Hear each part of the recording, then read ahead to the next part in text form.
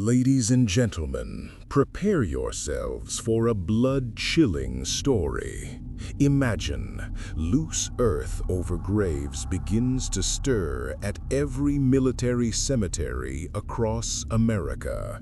Buried soldiers rise from the ground, spreading a putrid stench, while a crazed general in a bunker transmits his final warning over the airwaves. At the center of this chaos is a desperate father, Marcus, a long-haul trucker who accidentally hears on city radio a cry for help from his own daughter, trapped in the Pentagon with her mother, who separated them through divorce many years ago.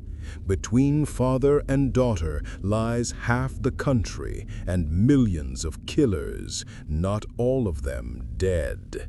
In his hands, only his rig. Marcus races down the highway through a collapsing nation to save his daughter. Can he make it in time? Will he preserve his human dignity along the way? Over the radio, voices of survivors ring out, each making choices between love and morality, between humanity and survival. You will witness civilization fall in 2 weeks and discover what price people are willing to pay when the dead return. Welcome to our show.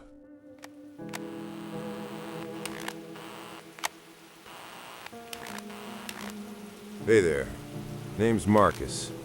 I'm just a simple long-haul trucker whose wife screwed him over in the divorce and took away my right to see my own daughter. All I got left in this life is rolling across our great America. Right now I'm sitting in the cab of my 18-wheeler Beauty, chewing on a cold burger from some roadside dive. And then on the radio, this bullshit. Some general spewing nonsense about dead people. I actually laughed at first. You know that nervous kind of laugh when you hear something so wild, your brain just refuses to process it? To all military units and civilian population of the eastern seaboard, this is General Donald Hawk, commander of the Joint Bio Defense Command. What I'm about to tell you is not a drill. I repeat, this is not a drill. Evacuate immediately from all military cemeteries. Arlington, Quantico, Fort Myer, all national memorials. Minimum distance 15 miles. Don't approach. Don't try to help. Don't try to understand. Project Lazarus went critical at 0647 Eastern Time. I know how this sounds. I know what you're thinking. Crazy old general spouting nonsense over the airwaves. But I've seen it. God Almighty, I've seen them rise. 40 years we've been implanting these chips. 40 years of burying soldiers with a piece of silicon at the base of their skull. For identification, we told the families, so no one stays nameless. Lies. All of it was lies. They're standing up, you understand? Dead soldiers are rising from their graves, and they remember. They remember how to fight. They remember how to kill, but they don't remember how to stop. If you're near any veteran who received medical care after 1985, leave. Quietly. No panic. Just leave. We have maybe 3 hours until full activation. Maybe less. May God forgive us for what we've done. May our children forgive us. They're here already, in the bunker. I hear them in the corridor. My son, my Jimmy's among them. I recognize his gait, left leg dragging, just like back in Kandahar when he got hit by that IED. This is General Hawk. Transmission ending. Save yourselves. Project Lazarus? Rising Veterans? Yeah, right. Some YouTube prank, probably. These idiots do anything for views these days. But then I saw them. A convoy of military trucks, Humvees, APCs, even a couple of tanks on flatbeds, racing down the wrong side of the highway, sirens wailing, red lights flashing like some Christmas tree in hell. You know how long I've been driving rigs? 23 years. And never have I seen the military break every traffic rule like that. They were hauling ass like the devil himself was on their tail. The faces. Jesus Christ. I got a good look at the driver in the lead Humvee. Young guy, maybe 20, no more. And the look on his face was pure terror that made my blood run cold. This wasn't some recruit's fear or green soldier's panic. This was primal, animal terror of a man who'd seen something that shouldn't exist in this world. And the radio exploded. All frequencies at once. Military, civilian, even the damn trucker channel. Screams, pleas for help, gunfire sounds. Someone was yelling about Arlington Cemetery, that there were thousands of them. You know what the scariest part is? I thought about my old man. He's buried in a military cemetery in Florida. Vietnam vet. Died 5 years ago from cancer. And if this general wasn't lying, if all this is real, then my dad is right now... No, not gonna think about it. Just keep driving. Hauling groceries to a supermarket in Jacksonville. Regular job, regular day. Just won't think about how the world apparently just went insane.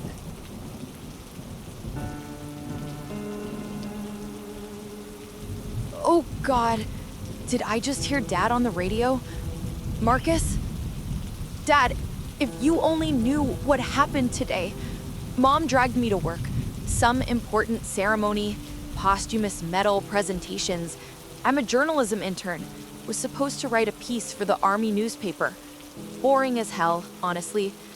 Generals in dress uniforms, widows in black, band playing ceremonial music. Your typical Pentagon circus. And then, General Matthews, he was presenting a medal, giving a speech about heroism and sacrifice, and suddenly just froze, mid-sentence, hand with the medal frozen in midair. Everyone thought, stroke, heart attack. Medics rushed to him, but he didn't fall. Stood there like a statue for about 30 seconds. And then he turned his head, this mechanical turn, unnatural, and bit the doctor in the face, right through the cheek, blood spraying like a fountain. The hall erupted in screams. And then the others stood up. Admiral Thompson, Colonel Ramirez, Major Chen, all senior officers, all veterans, rose simultaneously, like on command, and started attacking everyone around them. Mom grabbed my hand, dragged me toward the exit, but there was already a crowd there, a crush, panic. Security tried to shoot, but how do you shoot generals, war heroes? They hesitated, and those things didn't hesitate for a second. I watched General Matthews, he's 72 years old, tear out a young Marine's throat with his bare hands. Watched Admiral Thompson gouge out his aide's eye. They weren't human anymore. They were killing machines. Mom pushed me aside, screamed, "The archives! Run to the archives! There's a safe room!" That's the last thing I said to me. The last thing I heard from my mother.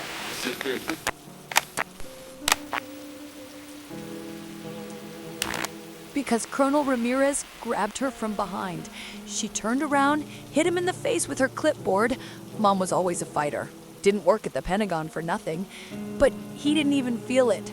Just snapped her neck like a chicken.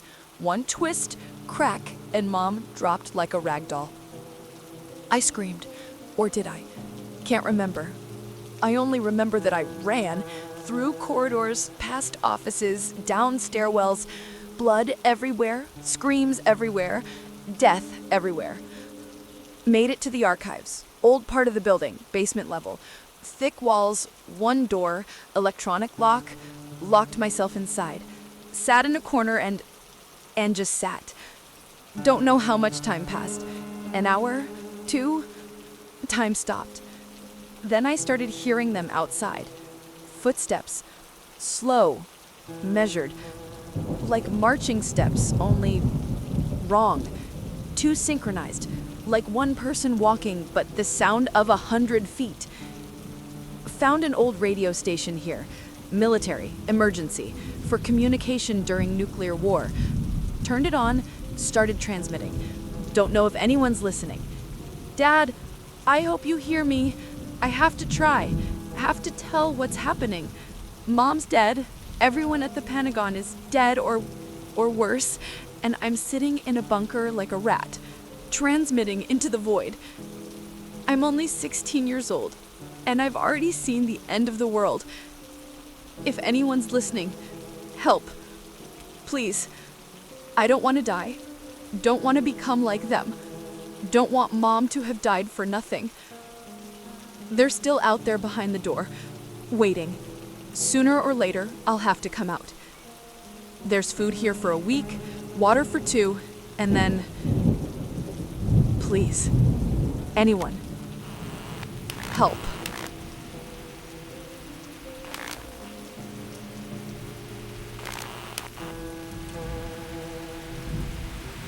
Father Michael here. Let me tell you what happened today during morning mass. I remember how the sunlight fell through the stained glass, painting rainbow patterns on the parishioners' faces. I was reading a sermon about the resurrection of Lazarus. What irony, Lord, what monstrous irony.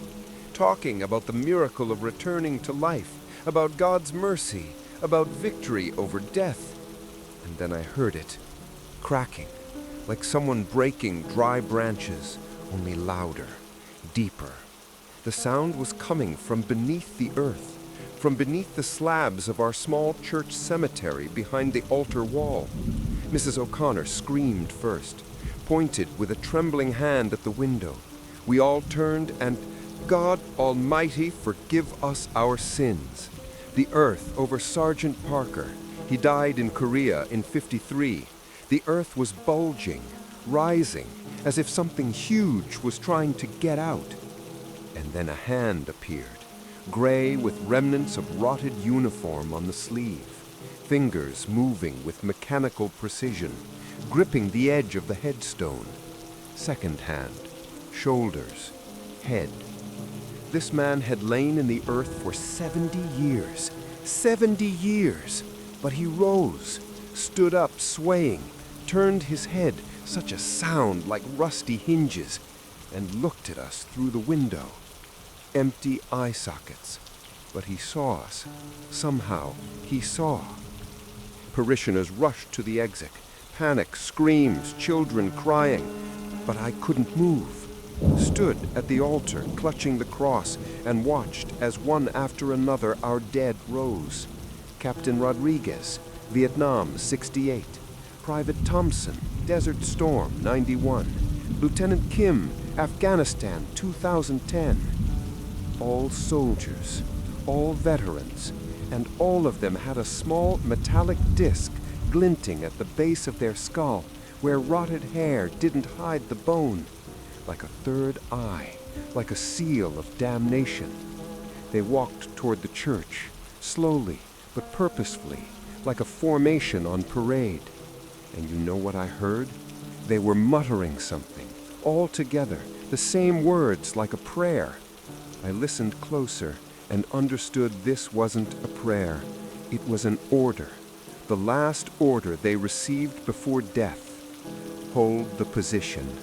Don't retreat. Destroy the enemy. I locked myself in the sacristy. Been sitting here for 3 hours now. I hear them breaking down the church doors, hinges creaking, old wood splintering. They'll get in soon. And you know what I'm thinking about? Not about saving my soul, not about God's mercy.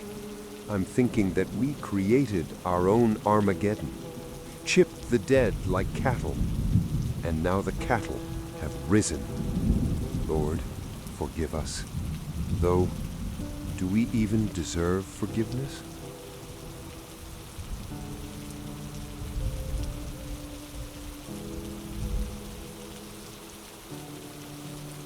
Hey there, this is old Billy from the nursing home. I got something to say about today's news, too. You know what hell is? Hell is when you're sitting in the nursing home cafeteria, chewing on salt-free oatmeal. Damn doctors banned it. And suddenly, you watch your war buddies turn into monsters. Started with George Miller, sat across from me. We fought together at Quezon, 68, 122 days under siege. Survived that. But this morning, George just stopped. Spoon with oatmeal froze halfway to his mouth. Eyes rolled back. And then, shit. I've seen people die. Seen them get blown to pieces. But what happened to George? His pupils turned white. Completely white. Like milk. He dropped the spoon, stood up. George is 81, has arthritis, can barely walk with a walker. But he stood up like a young man, like back in the jungle. And then Frankie Valentine stood up. Then Charlie Poe.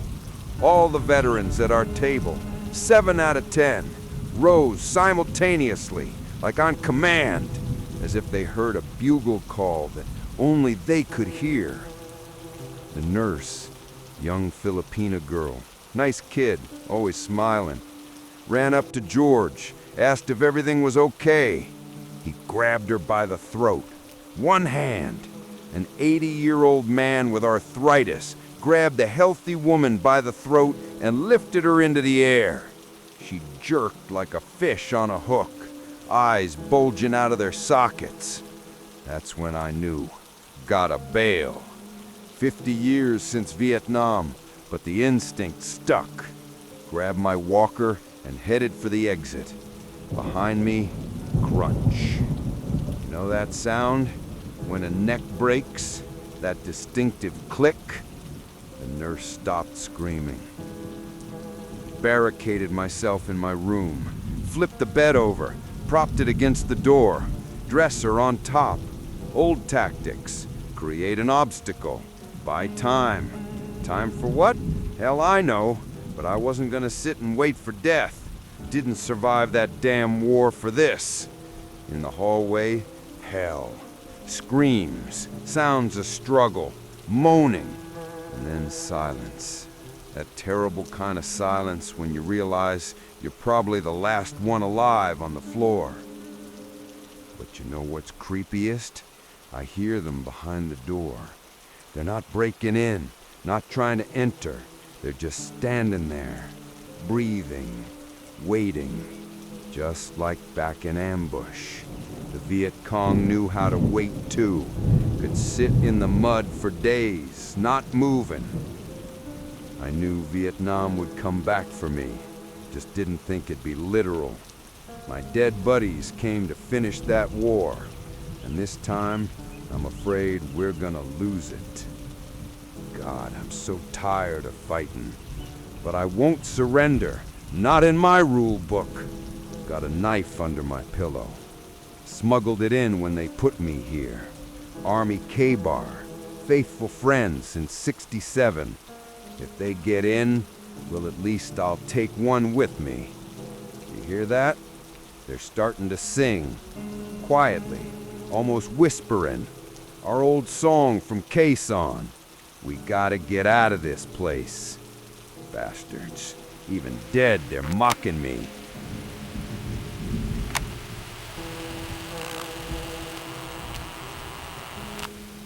Hey, this is National Guardsman Ty.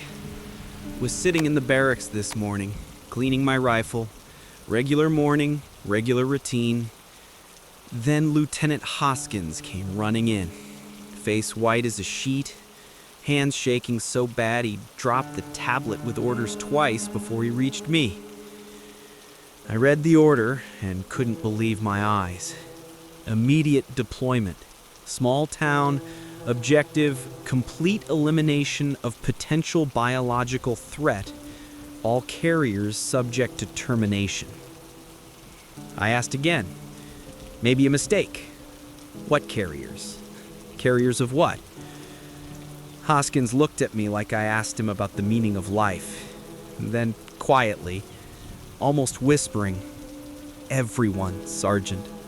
Orders to terminate everyone. Men, women, children." I just stared at him. We're not the SS, for Christ's sake. We're the National Guard of the United States. We protect Americans, not commit genocide on our own soil. But Hoskins continued, said something happened, something terrible. On the East Coast, the dead are rising from graves. Military cemeteries turned into zombie factories. And someone up top decided that regular people in the sticks are next in line. Why? How? Nobody's explaining. Gathered my squad, 12 men. Good guys. Half of them came from rough neighborhoods themselves once. The army was the only way out of poverty. I look in their eyes and see the same question. "Sergeant, this some kind of mistake?" Not a mistake. All over the base, they're loading equipment. APCs, Humvees, even saw a couple Abrams. Like they're going to war. War against who? Against old folks and kids on the reservation? I made a decision. Maybe the wrong one. Maybe this is the end of my career. Maybe even my life. But I won't be an executioner. Won't be the new Wounded Knee. American Army's got enough shame already. Told the guys, whoever wants can stay. Follow orders. I don't judge. Everyone's got their own conscience, their own truth. But I'm going to that town with a different purpose. Warn them. Help them evacuate. Save who I can. 8 men stood up and followed me to the jeeps. 8 out of 12. The rest looked away. Don't judge them. It's scary to go against the system. Scary to become a traitor in the eyes of the country you swore an oath to. But you know what's scarier? Staying human in your own eyes after you execute an order like that. I've seen what war does to people. Saw it in Iraq, Afghanistan. But at least there we had an enemy. Here there are only victims. Deploying in an hour, if they catch us, firing squad for desertion. But better to die a deserter than live as an executioner. My mother was half Cherokee. Maybe that's why I don't want to follow this order. Or maybe I'm just still human. Though after what I saw this morning, surveillance footage from Arlington, I'm not sure any of us will stay human by the end of this nightmare.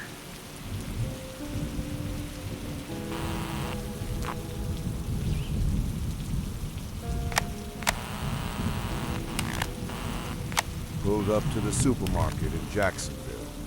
Regular delivery. Nothing special. But the parking lot. Hell, the parking lot looked like a battlefield. Cars abandoned every which way. Doors wide open. Dark stains on the asphalt that I really wanted to believe was motor oil. Got out of the cab and the first thing I noticed, the smell.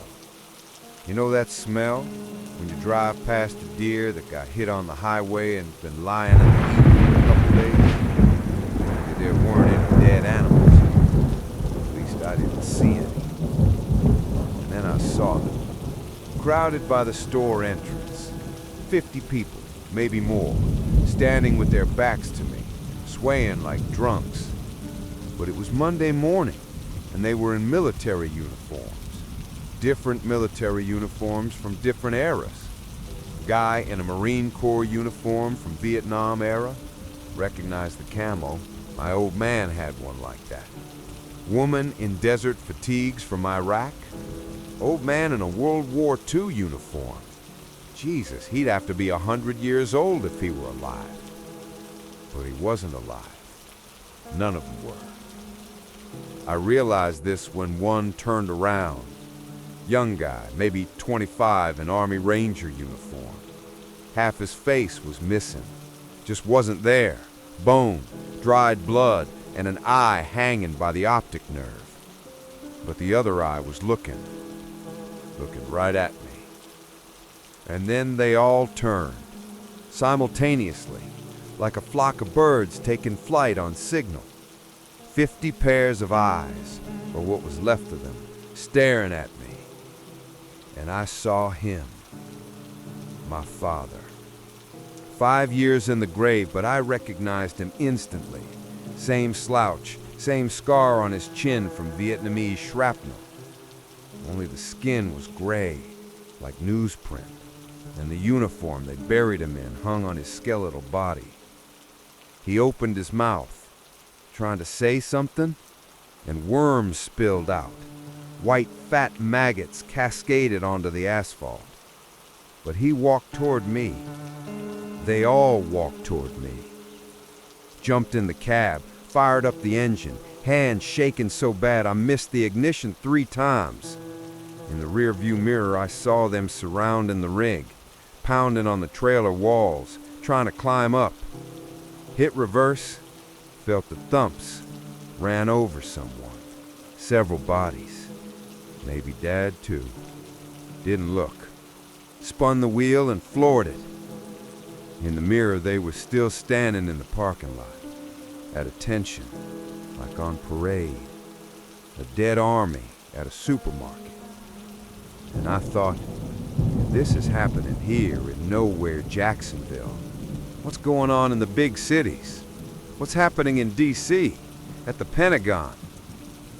Turned on the radio, started scanning for news, and I heard her, voice barely audible through the static. Young girl broadcasting from the Pentagon, crying, calling for help, saying she's trapped in the archives, that everyone's dead, that... Wait, that can't be. God, is that my Casey? Casey here, continuing broadcast as long as I can. Don't know how long I've been here. Clock on the wall stopped, probably when main power cut out. Emergency lighting works, but the lamps flicker, casting creepy shadows on the walls. Tried military frequencies, dead air, civilian, static, and screams. Only on the trucker channel do live voices sometimes break through. Living voices. So I'm transmitting there, hoping someone hears. My name is Casey Holloway. I'm 16 years old. I'm trapped in the Pentagon archives, sublevel B3. If anyone can hear this, please help. I don't know how much longer I can hold out. My mom worked here. Military communications specialist. She's dead. Killed during the... I don't know what to call it. Uprising? Epidemic? Apocalypse? The top military brass turned into monsters. I watched them kill. Watch them eat. Jesus, they eat people. Their subordinates, colleagues, friends. It's quiet outside the door now, but I know they're there. Sometimes I hear footsteps, sometimes voices. They speak different languages. English, Spanish, Vietnamese, Arabic, like all of America's wars gathered in one hallway. I have food and water, emergency supplies in case of nuclear war. Ironic that we prepared for nuclear war but got zombie apocalypse. Though these aren't zombies, are they? Movie zombies are dumb, slow, but these remember how to fight, how to kill. Found documents in the archives, classified, about Project Lazarus. Started in the 80s, microchips at the base of the skull for remains identification. Only it's not for identification. It's a reanimation system. Activation of the nervous system after death, turning dead soldiers into weapons. 40 years. 40 years they chipped every soldier. Millions of chips, millions of potential dead, waiting for the signal. And you know what's scariest? The documents have activation protocols. This wasn't an accident. Someone launched this, deliberately. Someone decided to wake up all of America's dead soldiers simultaneously. Dad, I know you won't hear me, but I really hope you do. We haven't talked in 2 years, since Mom got the restraining order. She said you were dangerous, that you threatened her, but I never believed it. You're not like that. You're kind. Remember teaching me to drive your rig in that empty parking lot? I was 14, it was illegal, but you laughed and said some rules are meant to be broken.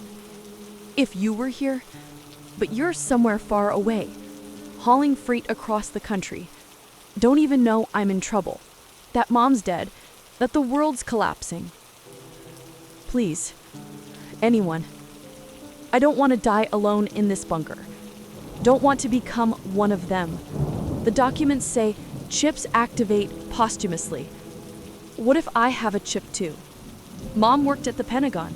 She had access. What if she... No, won't think about it. I'll just keep transmitting. While I have strength, while the transmitter works. I'm at the Pentagon, sublevel B3. Someone save me.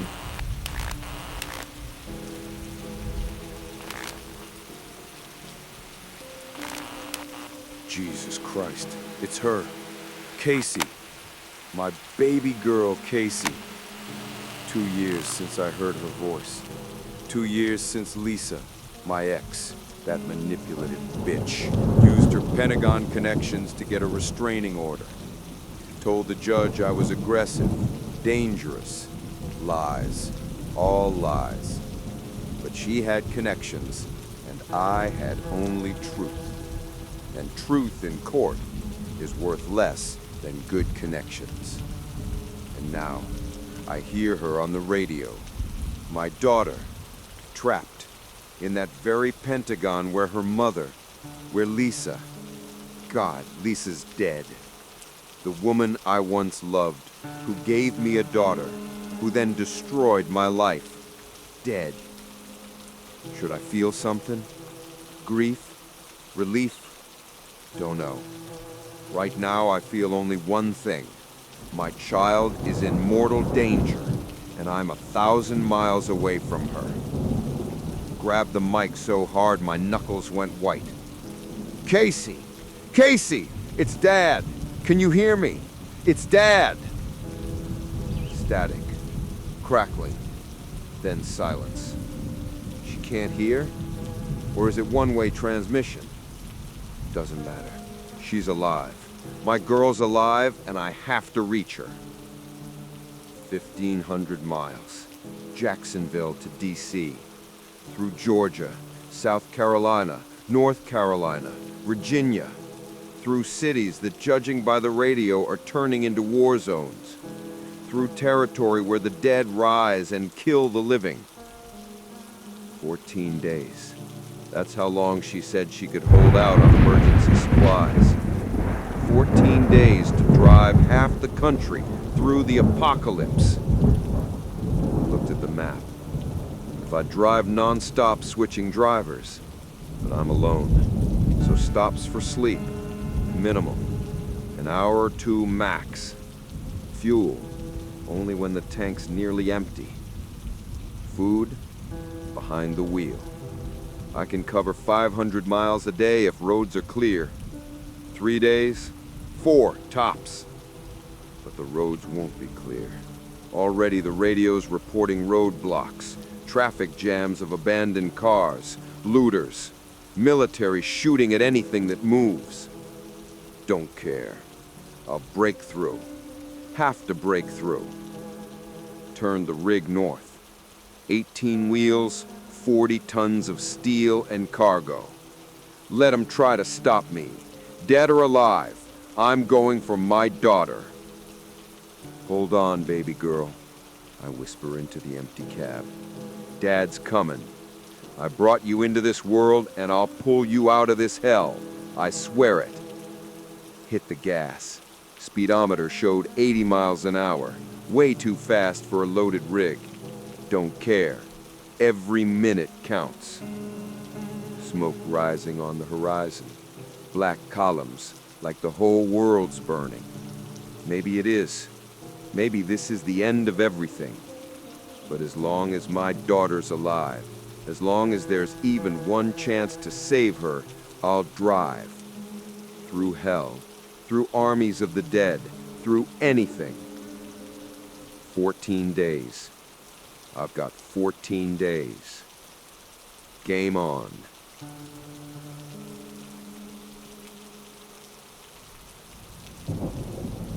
This is National Guard, Ty here. 4th day of desertion. Funny how that sounds. Desertion during the apocalypse. Like there's an army to desert from. Like there's a tribunal to judge me. Though, if you believe the radio, some places the military is still trying to play order. Shooting looters, hanging deserters. Old habits die last.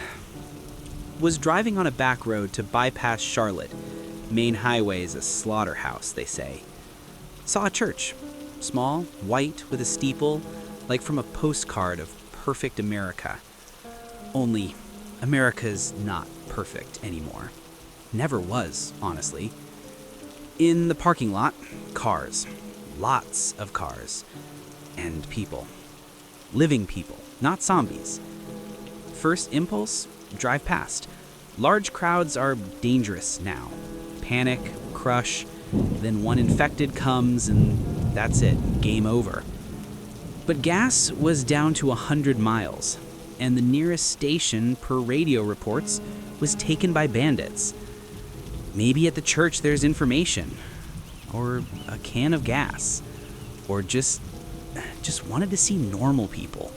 Those who don't shoot you and don't try to eat you. Stopped at the entrance, left the engine running, lesson learned. Inside, about 40 people, mostly families, kids clinging to parents, old folks praying, teenagers on their phones that don't work anymore. Network dropped on day 2. The priest, Father Thomas, introduced himself, was happy to see me like family. Saw the uniform, rifle on my back. Military, thank God. You'll protect us. Tried to explain. I'm not the military they're waiting for. I'm a deserter, a fugitive. If real military finds me, best case, they arrest me. Worst case, shoot me on the spot. I can't protect them. I can only bring trouble. But they didn't listen, or didn't want to. A woman with 3 kids got on her knees, literally on her knees, begging me to stay. Her husband was military, killed in Afghanistan. She said I reminded her of him, that the kids saw hope in me. Hope in me, in a man who ran from duty, betrayed his oath, abandoned his comrades. What irony! Father Thomas took me aside, said he understands I'm not a hero, but these people, they need the illusion of protection, at least for a few hours, to sleep, to eat, to believe morning will come. I stayed. For 3 hours, I told myself, only 3 hours. Taught the men to make barricades from church pews, showed them how to use garden tools as weapons, organized watch duty, 2 at a time, shift every 2 hours. Basic stuff, but people parked up, had a purpose, structure, illusion of control. And then a message came over my military radio. Fix, 20 miles out. I left the radio on, idiot, and they triangulated me. Cleanup squad, orders, liquidate the deserter and everyone sheltering him. Everyone. 40 people. Children. Could have stayed. Fought. Maybe held out an hour. Maybe 2. Would have killed a few soldiers. Same guys as me, just following orders. And then they'd kill me and everyone in the church for harboring a deserter. Or could leave right now. Disappear before they arrived. And then maybe, just maybe, the military wouldn't touch the civilians. Father Thomas understood everything from my face. Shook his head, not judging, just with sadness. Said one word, go. Walked to the Jeep under the gaze of 40 pairs of eyes. Heard the woman with 3 kids screaming, coward, traitor, bastard. Her oldest son, about 14, threw a stone at me. Hit my back. I didn't turn around. Left. In the rearview mirror, saw them standing on the church steps. 40 people I condemned. Or saved. Don't know. We'll never know. An hour later, the radio reported church in Hendersonville attacked by unknowns. All dead. Military claims. Work as zombies. But I know the truth. It wasn't zombies. It's the cleanup squad didn't find the deserter and took out their anger on civilians. Or am I just telling myself that to not go crazy from guilt? Doesn't matter. They're dead. 40 people. Children. And I'm alive. A coward and a traitor, but alive. In this new world, that's probably the only thing that matters.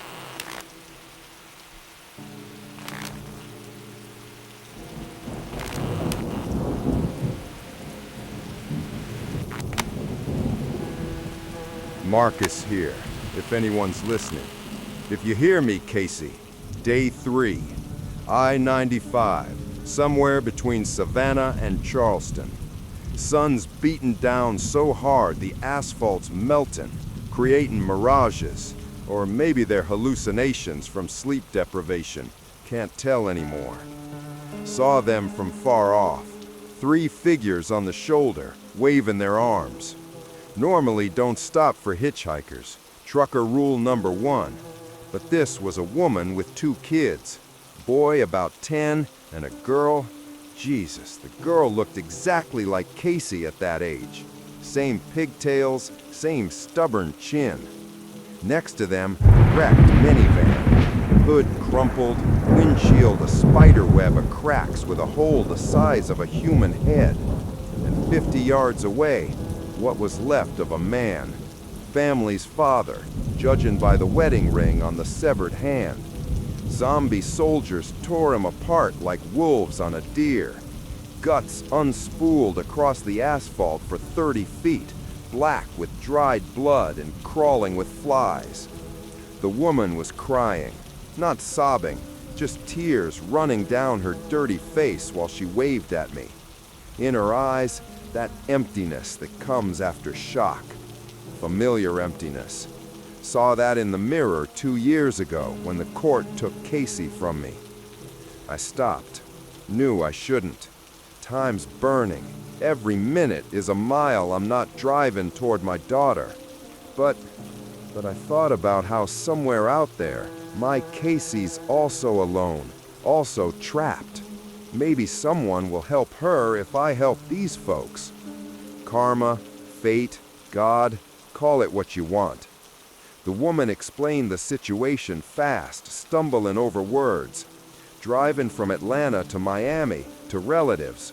Husband saw a group of military on the road, stopped to help, thought they were alive. They weren't alive. Woman managed to reverse, crashed into the barrier. Husband jumped out, yelled for them to run, and he held off those things. For a few seconds, it was enough.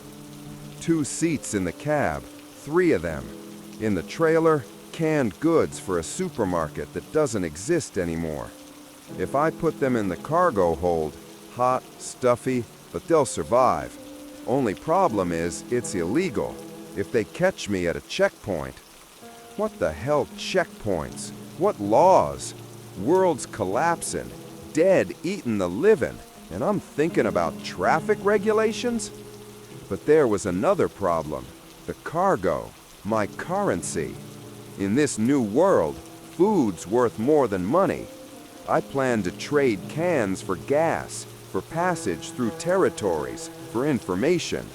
Every box I throw out for passengers, that's a lost chance to reach Casey. I look at the kids. Boy's hugging his sister, whispering something in her ear. Probably saying everything'll be okay. Lying, of course. Nothing will be okay. But sometimes, lies are all we have left. Made my decision. Threw out 20 cases of canned goods. Thousands of cans of stew and beans rolling down the shoulder. Cleared space in the trailer so it wouldn't be so rough. Woman cried from gratitude. Kissed my hands. Dirty, oil-stained hands of a killer. Because I'm a killer. Yesterday, I ran over 3 zombies. 4? Lost count already. And one of them might have been my father. Got them in the trailer. Showed them how to open it from inside if needed. Gave them a flashlight, water, a bag with the rest of my food. Boy looked at me and said thank you. In such an adult voice, my heart clenched. 100 miles later, dropped them at a gas station where survivors were gathering. Military, real ones, living ones, organized, something like a refugee camp. Woman wanted to give me money. I laughed. Money. In a world where the dead rise from graves, she's offering me paper with portraits of dead presidents. Took only one thing. A photo from her wallet. Family photo. 4 of them at Disneyland, all smiling. Father holding the daughter on his shoulders. A world that doesn't exist anymore. Put the photo on the dashboard next to Casey's picture. A reminder that I'm still capable of humanity. Still capable. Lost 3 hours and 20 paces of cargo. But maybe, just maybe, earned a little karma. Casey would be proud, I hope. Though, would she be proud of a father who chooses who to save and who to leave to die?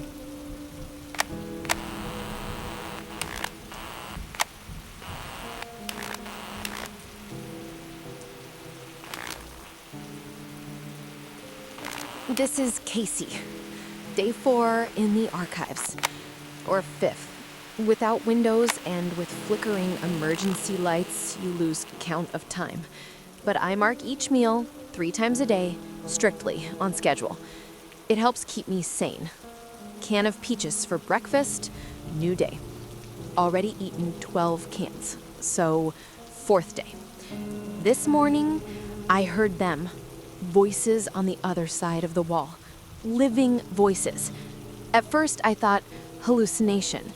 Loneliness plays cruel tricks on the mind, and I haven't slept properly since I locked myself in here. But then I heard a clear knock on the heating pipe. 3 short, 3 long, 3 short. SOS. Someone knows Morse code. Answered with the same signal, and then a voice, male, hoarse from thirst or fear, shouted through the ventilation grate. Anyone alive? Can you hear me? Turns out, in the neighboring room, an old Cold War bomb shelter, 8 people are trapped. Military and civilian Pentagon employees barricaded themselves there on day 1 when the chaos started. But they have a problem. Big problem. Water.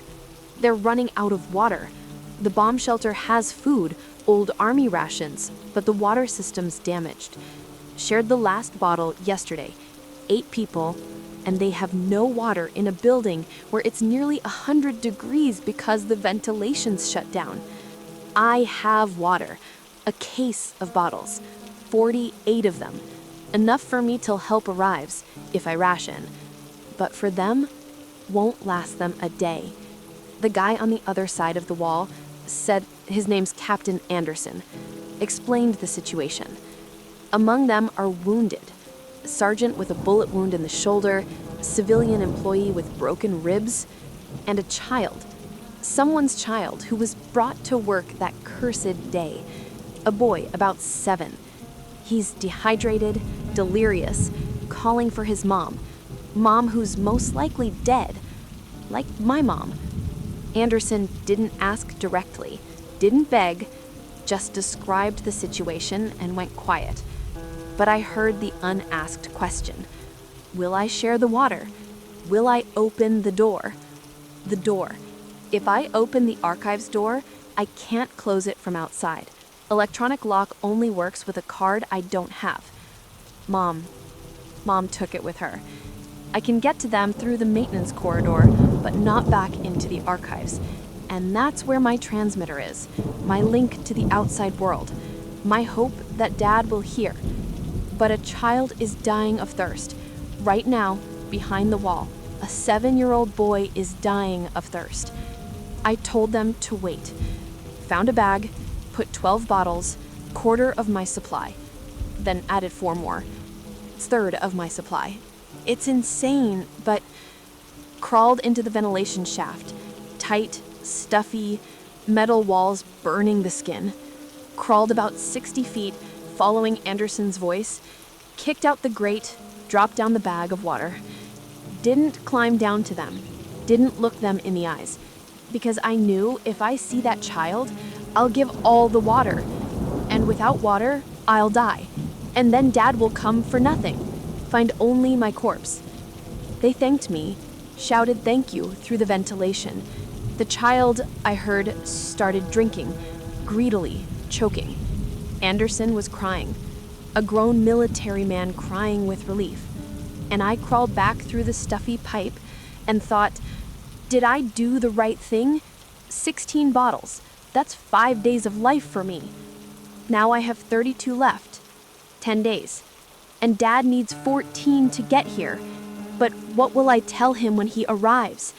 That I let a child die for the sake of 4 days? That I became like those monsters outside? A being without compassion? Without humanity? I don't know. Don't know what's right in this new world. Only know that every choice is someone's life or death, and that I'll make such choices again and again until the water, food, or luck runs out. God, I'm 16 years old. I should be thinking about prom, college, first love, not about who lives and who dies. Dad, hurry. Please. I'm running out of water and running out of soul.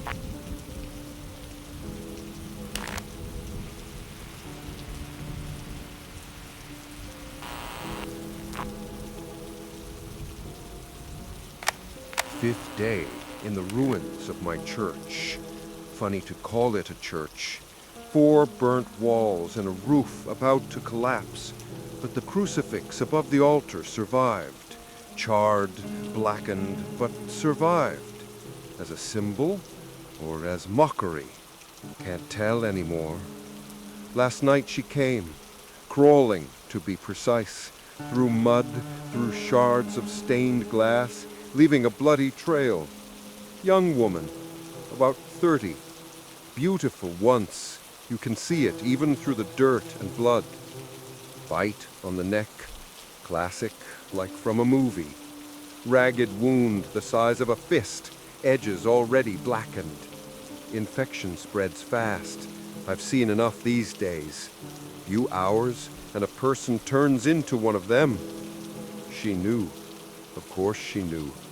That's why she crawled to the church. Not for salvation, for absolution.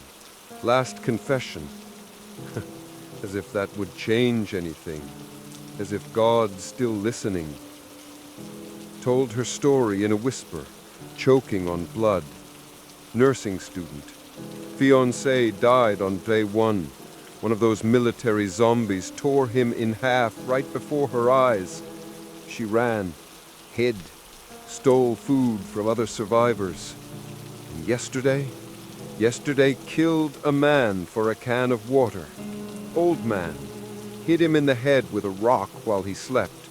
And this morning, when she drank that water, stolen, blood-stained, a zombie attacked her.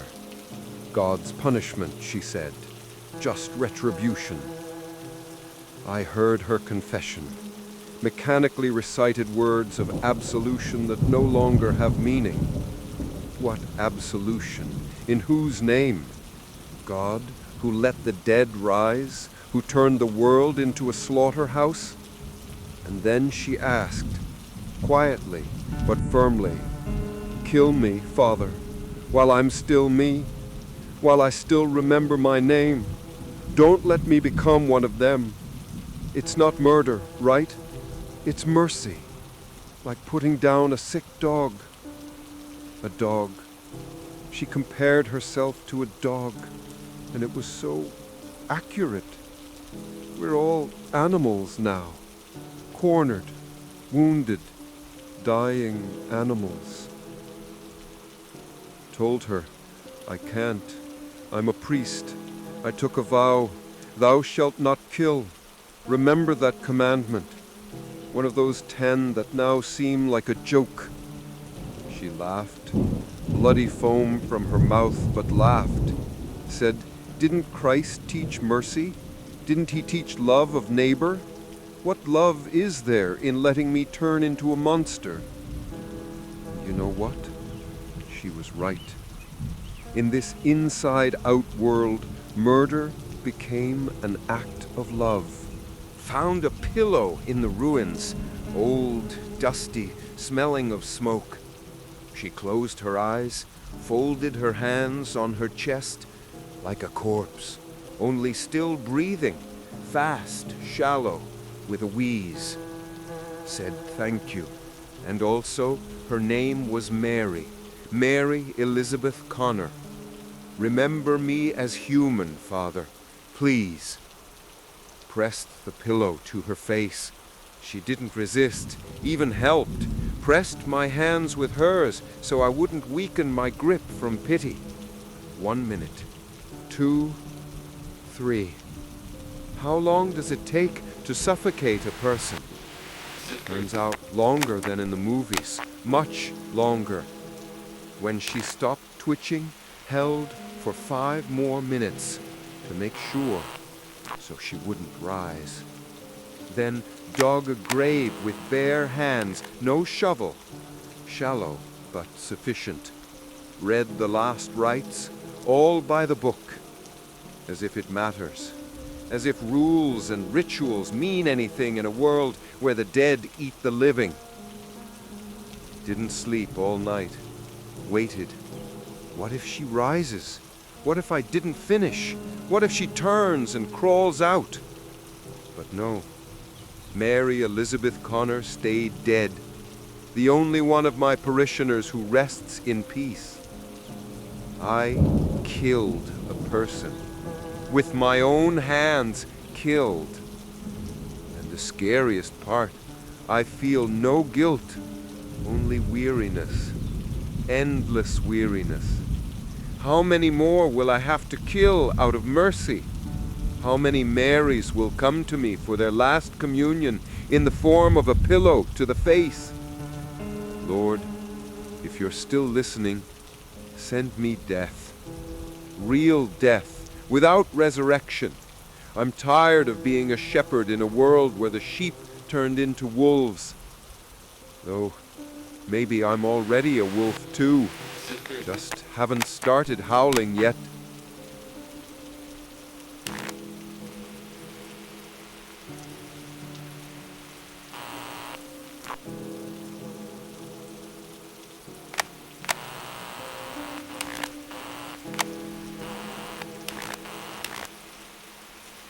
Grandpa Bill here from the nursing home.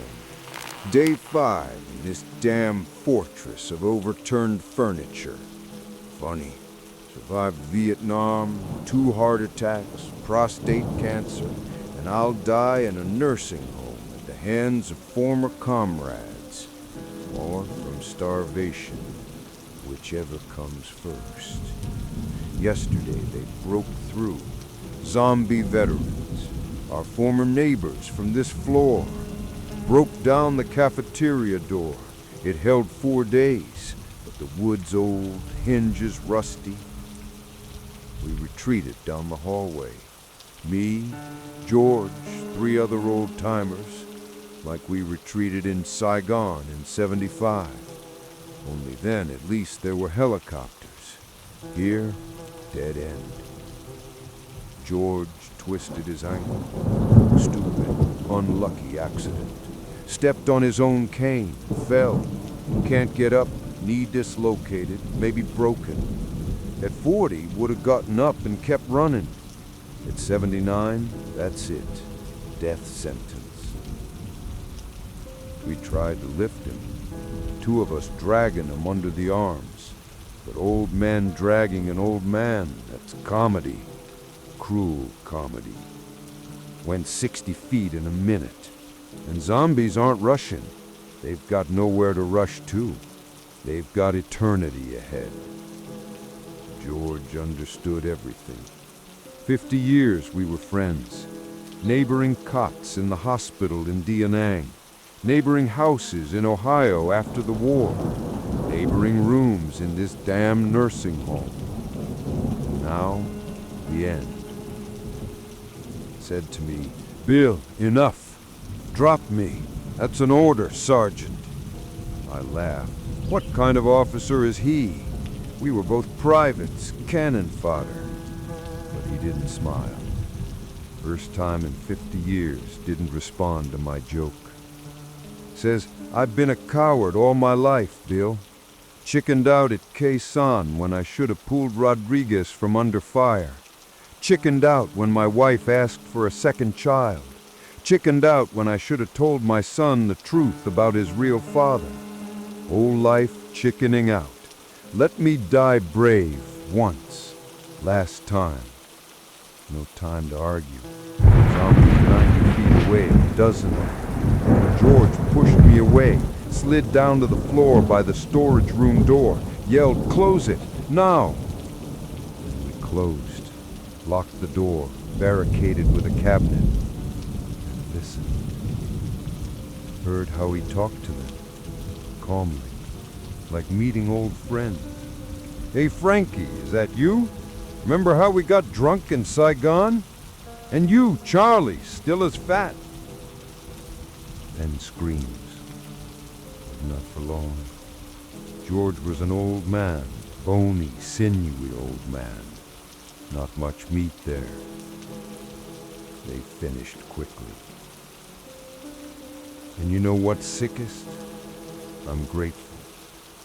Grateful to George for his sacrifice, for an extra hour of life, for the chance to barricade in this damn storage room and wait for what? Rescue? Miracle? 50 years of friendship, and I paid for it with 10 minutes. 10 minutes. They ate George while we reinforced the new barricade. Good deal, right?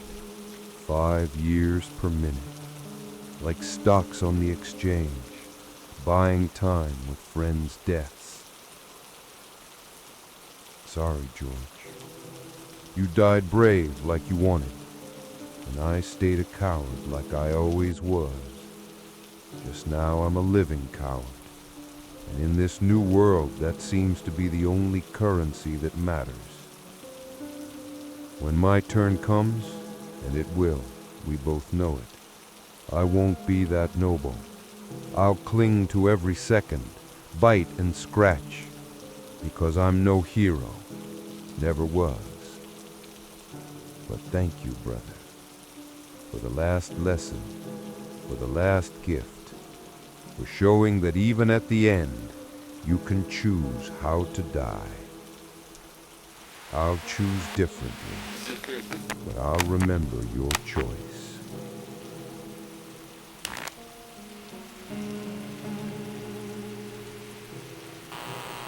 Hello, this is Marcus.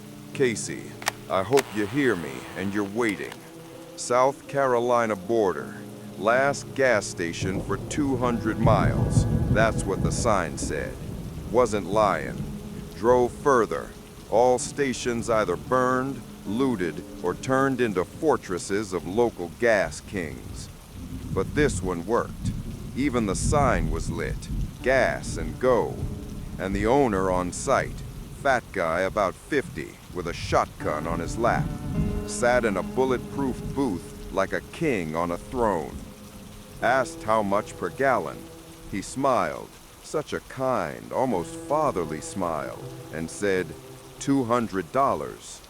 I thought I misheard. $200 per gallon? I need at least 30 gallons minimum. $6,000. I had $300 in my wallet and another $2,000 in a stash under the seat. All the cash for a rainy day. Well, here it is, the rainy day. Can't get any rainier. Told him, that's robbery. He shrugged, said, that's the market, son, supply and demand. I'm the only one for 200 miles still selling gas. Don't like it? Drive on fumes. Tried to bargain, told him about my daughter, about the Pentagon, about how she's running out of time. Owner listened, even sympathized, then pulled out a photo from his wallet. Girl about 10 in a wheelchair. His daughter. Cerebral palsy from birth. Medicine costs $1,000 a week, and now, with pharmacies closed, $5,000 on the black market, if you can even find it. Without medicine, she'll die in a month, die painfully. Everyone has kids, he said. Everyone has reasons. But there's one gas supply and lots of takers. Yesterday, a family drove through, 5 people, including a pregnant woman, offered everything they had, $500. I refused. Know why? Because an hour later, a guy came through with a suitcase full of cash, bought 50 gallons. Market, he repeated. In the old world, the government regulated prices, police kept order, and now I'm my own government, and my daughter is my only law. Gave him everything, $3,300. Got 15 gallons, half a tank. Maybe enough to the next station, maybe not. When I was filling up, the owner came out of the booth, walked over, held out a chocolate bar, Snickers. For your daughter, he said, when you find her. I almost hit him for this handout, for this hypocritical sympathy. But I took the chocolate, because it's not for me, for Casey. She loves Snickers. Driving away, I saw that family with 5 people. They were still standing on the shoulder a mile from the station. Car stalled, ran out of gas, waving their arms, asking me to stop. I didn't stop. I have 15 gallons and 1,000 miles to my daughter. I have no extra gas, no extra compassion. All I have is time that's draining away like gas from the tank. In the rearview mirror, I saw the woman fall to her knees, maybe praying, maybe just couldn't stand anymore. Pregnant woman on scorching asphalt under the South Carolina sun. I didn't stop. Casey, baby girl, I'm becoming a monster. With every mile, with every choice. But I'll get there, even if I have to run over the whole world. Forgive me for who I'll be when I reach you.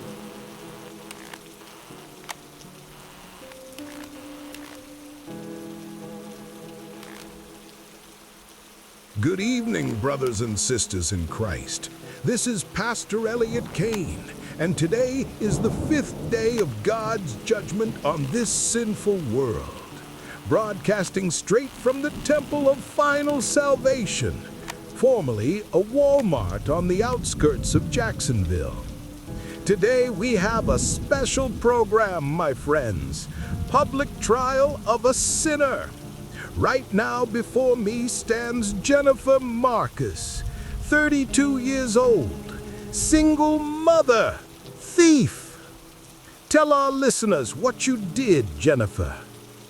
She's silent, the sinner. She's ashamed, so I'll tell for her. This woman stole holy food from our supplies. 3 cans of beans and a pack of crackers. Stole from the community of believers. Says it's for her child. 7-year-old son, she says, is starving. But is that an excuse? Didn't the Lord say, "Thou shalt not steal"? Isn't it clearly written in the tablets? 200 people are watching this scene right now. 200 saved souls who came to me for protection. And what do I tell them? That stealing is okay if you have a child? That you can break commandments if you're hungry? No, no. In this new world where the dead rise to punish the living, we must be purer, more righteous, stricter. And therefore, Jennifer Marcus, I give you a choice. God's choice. Abraham's choice. Behind us, my friends, is a pit, 10 feet deep, and in the pit, 3 of the damned, 3 risen ones who thirst for sinners' flesh. They are the instrument of God's wrath. Choose, sinner. Jump yourself, atone for the sin of theft with your blood. Or we throw your son in.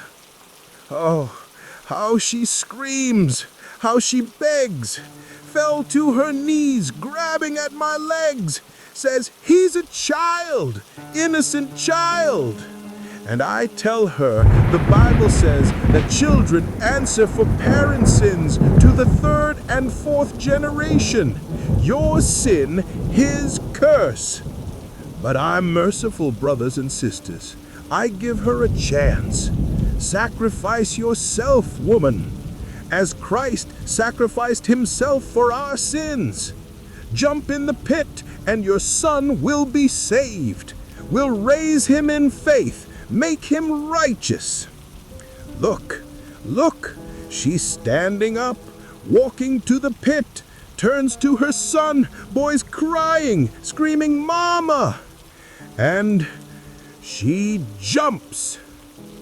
Do you hear those sounds, brothers and sisters? Those are the sounds of atonement, screams of a sinner being devoured by the instruments of God's wrath. 3 minutes of torment for 3 cans of beans. Fair? Absolutely. And now, silence. Jennifer Marcus is no more. There's only a lesson for all of you. Take the boy to the children's barracks. We'll raise him in the fear of God. Teach him that theft leads to the pit, that parents' sin is parents' death. 200 people witnessed the trial. 200 people now know in the temple of final salvation, God's laws prevail. Not human, God's. Tomorrow, the trial continues. We have more sinners.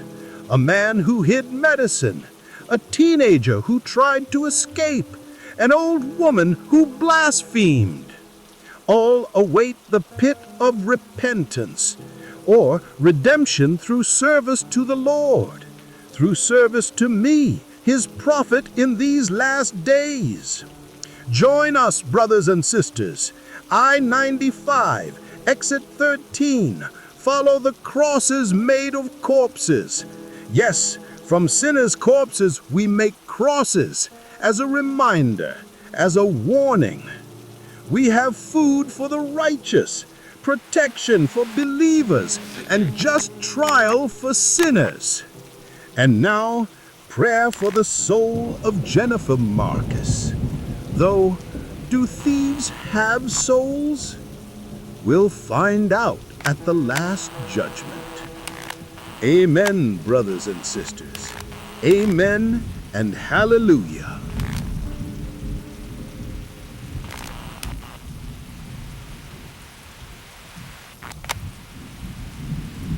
General Hawk speaking. Day 5 in the bunker, or 6th. Without windows, time loses meaning. Only red digits on military watches, counting minutes until what? Until the end? Or is this already the end? I must confess. Get it off my chest. While I can, while the generator works, while the transmitter's not dead, listen to the story of how General Donald Hawk destroyed the world. Not alone, of course, but my signatures on the orders, my seal on the documents. My fault. Project Lazarus started in '83. Reagan wanted an army that didn't fear death. Literally. We lost 300 Marines in Beirut, and the president asked, what if they rose and kept fighting? Insane, everyone thought. Except me. I was a young lieutenant colonel then, ambitious, hungry for glory. Said, give me resources and I'll give you immortal soldiers. 40 years of development. 40 years of experiments. Know how many volunteers we used? Homeless veterans no one was looking for.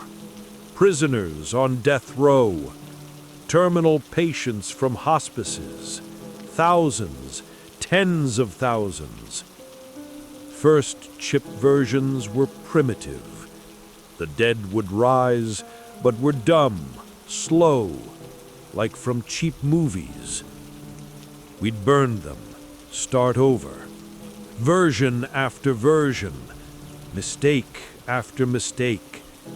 Corpse after corpse. By 2005, we achieved a breakthrough. 7th generation chip preserved muscle memory, basic skills. Dead man remembered how to hold a weapon, how to shoot, how to follow orders. Perfect soldier. Doesn't think, doesn't suffer, doesn't betray. Started mass implementation. Every soldier going through medical screening after 2005 got a chip. Small injection at the base of the skull. Vaccination, we told them. For remains identification, we told them. Lies. All lies. My son Jimmy joined the Marines in 2009. Proud of you, I told him. Serve your country, I told him. And personally made sure he got the latest generation chip. Most perfect, most reliable. Afghanistan, 2011. IED on the road outside Kandahar. Jimmy and 4 others, blown to pieces. Closed casket, military funeral, 21-gun salute, flag on the coffin, and a chip at the base of his skull. 3 days ago, the activation system triggered. Don't know how, don't know why. Maybe a glitch, maybe a hacker attack, maybe someone decided to end the world. All chips activated simultaneously. Millions of dead across the country. Every soldier killed in the last 20 years. Every veteran who died of old age, disease, suicide. All rose. And my Jimmy, too. Yesterday, he came here, to the bunker. Don't know how he found it, Maybe the chips are network. Maybe they share information. Stood behind the armored door and knocked, methodically, rhythmically, like he knocked on his bedroom door when he was little and scared of thunderstorms. Dad, let me in. Dad, open up. Dad, I'm home. Not his voice, of course, but I knew it's him. My boy, my dead boy who wants to come in. I opened, couldn't not open. 40 years I created monsters, but couldn't leave my own monster outside the door. Half his face was missing, aftermath of the explosion. Uniform in tatters, soaked in corpse fluid. But the eyes, one eye that remained, in it was recognition. He recognized me, and then attacked. My son, my pride, my love, lunged at me with bared teeth. Shot him in the head, in what was left of it, point blank, brains on the bunker walls.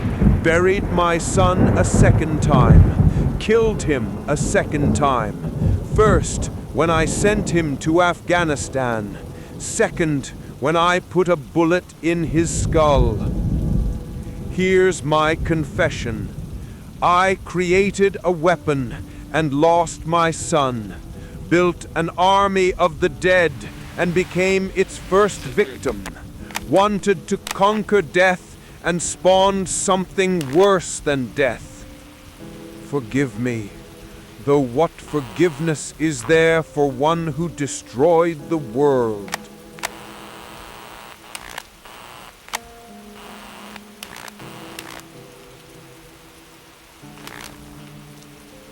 The military behind the wall are asking for water again. 5th time today. Captain Anderson's voice getting weaker. Says 3 died. Dehydration, infection, shock. 5 left. And the child. The child's alive. Miracle, Anderson says. Or curse. 7-year-old boy in hell. And he's outlasting the adult soldiers. 16 bottles I gave them yesterday. Lasted a day. 1 day of life for 6 people. What now? I have 32 bottles left. 3 per day, 10 days. Dad needs 9 more days if his last message is right. Maybe 8. Maybe 10. Roads are unpredictable, he said, like the people on them. Anderson doesn't ask directly, just tells stories. Sergeant Mendez started running a fever. Without water, he'll die in hours. The civilian employee, Lisa, I think, is delirious, calling for her mom. She's 50 years old and calling for her mom. And the boy. The boy drew Mom and Dad on the wall, in blood from his split lip, no crayons. Sits and stares at the drawing. Doesn't cry. Kids stop crying when they realize it's useless. What do I do? Give more water? Cut my chances? Don't give? Listen to them die. Listen as a child who could live dies. But I'm a child too. I'm 16. Why should I decide who dies of thirst? Because I have water and they don't. Because I'm on this side of the wall and they're on that side. Because the world went insane and now children decide each other's fates. I took 8 bottles. Quarter of what's left. This is insane. This is suicide. But if I don't share, if I let them die, how am I better than those monsters outside the door? Stop. Won't crawl in the ventilation. Won't risk it. Just tell them the water's gone. That I'm out of water. A lie, yes. But a lie that lets me survive until Dad arrives. No. Can't. I hear the boy. He's singing. Quietly. Hoarsely. A lullaby. The same one Dad sang to me when I was little. How does he know it? Damn it. Damn it. Fine. 4 bottles. Only 4. A sip per person per day. They'll last a couple more days. And then we'll figure something out. Crawling into the ventilation, 4 bottles in the backpack. I'll have 28 left. 9 days, if I ration. Dad said 8, 9 days. He'll make it. Has to make it. Dropped the backpack into their bunker. Anderson's crying with gratitude. Grown military man crying over 4 bottles of water. The boy whispers, "Thank you," into the ventilation grate. Says his name's Tommy. Like my grandpa I never met. Returned to the archives. 28 bottles staring at me from the shelf. 28 chances to survive until Dad, or 28 reproaches for those I didn't save. In this new world, there are no right decisions, only ones you can live with and ones you die with. I hope I chose right. I hope Dad forgives me for the risk. I hope he just makes it in time.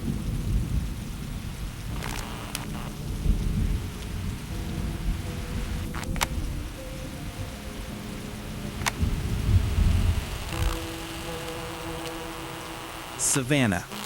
Beautiful city once was. Historic center, antebellum South mansions, Spanish moss on oaks.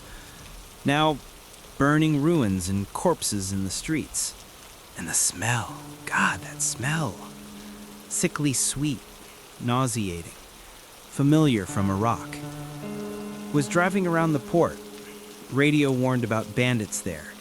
But the bridge is blown, ferry's not running. Had to risk it. Drive through the port zone. Saw announcements on every pole. Beautiful, professional, like a designer laid them out. Safe zone, Savannah Port. Food, water, protection. The Rose Queen invites all. Rose Queen. Heard about her on the radio.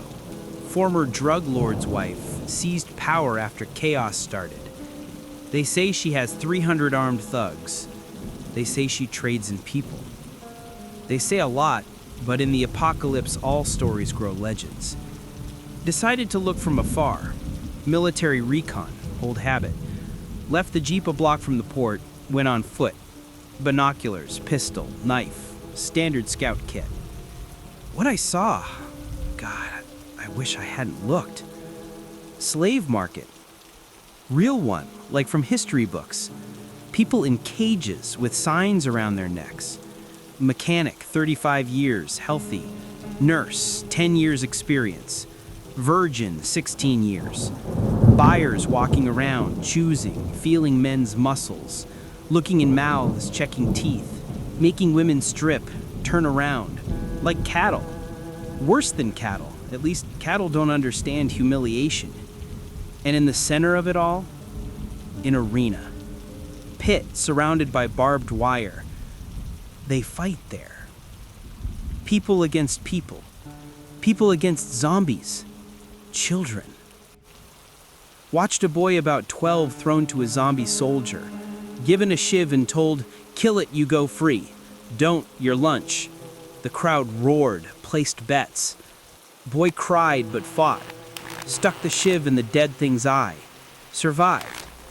He was immediately sold to some fat guy for a case of ammo. And then I saw her, the Rose Queen. Redhead, tall, in a white dress. Beautiful if you don't look in the eyes.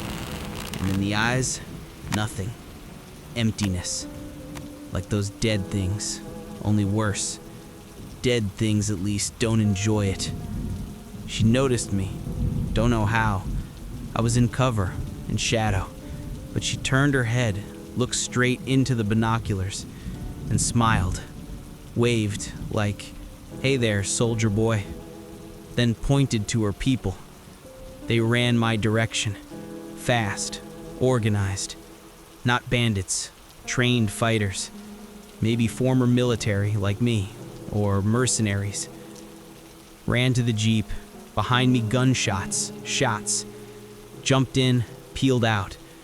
3 bullets hit the rear window, but I got away, survived. An hour later on the radio, her voice. Recognized it. You don't forget one like that. Soft, almost motherly. "Soldier boy in the jeep, why run? I have an offer. Work, food, women, or a place in a cage. Choose." Didn't answer, but she continued. Described my jeep, plates, even the scratch on the hood. She has eyes everywhere. Informants, sentries, maybe drones. "The world's changed, soldier boy," she said. "Now the strong own the weak. It's natural selection.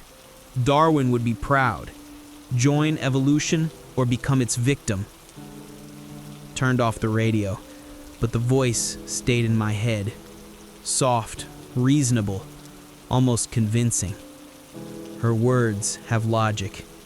Brutal, inhuman, but logic. In the old world, there were laws, morals, conscience. And in the new world, there's only strength. And the Rose Queen figured that out faster than others. Scary thing isn't that she's a monster. Scary thing is, she's possibly right. And that I, by continuing to run, am just delaying the moment when I'll have to choose, become predator or prey. Passing along coordinates for others. Avoid Savannah. Detour 50 miles. There's no city there anymore.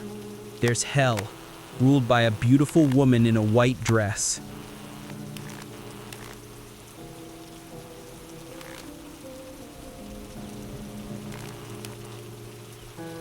This is Marcus, driving to my daughter, evening of day 5. Stopped in an abandoned truck stop. Used to have showers, a diner, even a chapel here. Now, burnt ruins and smell of death. But radio signal strong. Tower nearby, still working. Casey. Baby, if you hear me, I'm in South Carolina, near Columbia. 400 miles behind, 1,100 ahead. Heading north, trying to keep speed. Roads like after war. Abandoned cars, checkpoints. Sometimes barricades of corpses. Yes, they make barricades from corpses. New reality. Saved a family today. Mother and 2 kids. Girl looked like you as a child. Couldn't drive fast. Lost time, lost part of the cargo, but hope you'd be proud. Though who knows, maybe in this new world, kindness is stupidity. Gas is expensive, insanely expensive. Gave all my money for 15 gallons. Now I only have cargo to trade. Canned goods, water, medicine, currency of the apocalypse. Met military, living, not zombies. Tried to stop me, check cargo. Had to break through. Hope I didn't kill anyone. Though one definitely won't get up. A rig at 80 miles per hour is no joke. Eating behind the wheel. Sleeping 2 hours max. Coffee's gone. Running on energy drinks. Hands shaking, either from exhaustion or fear. Fear of not making it in time. Baby girl, I know you're strong. Stronger than your mother thought. Sorry, I don't know how to talk about the dead in past tense. Especially about one I once loved. Lisa's dead. Your mother's dead, and I feel nothing. No pain, no relief. Emptiness. Maybe realization will come later, when there's time for emotions. Heard your transmissions about water, about sharing with other survivors. Baby, don't.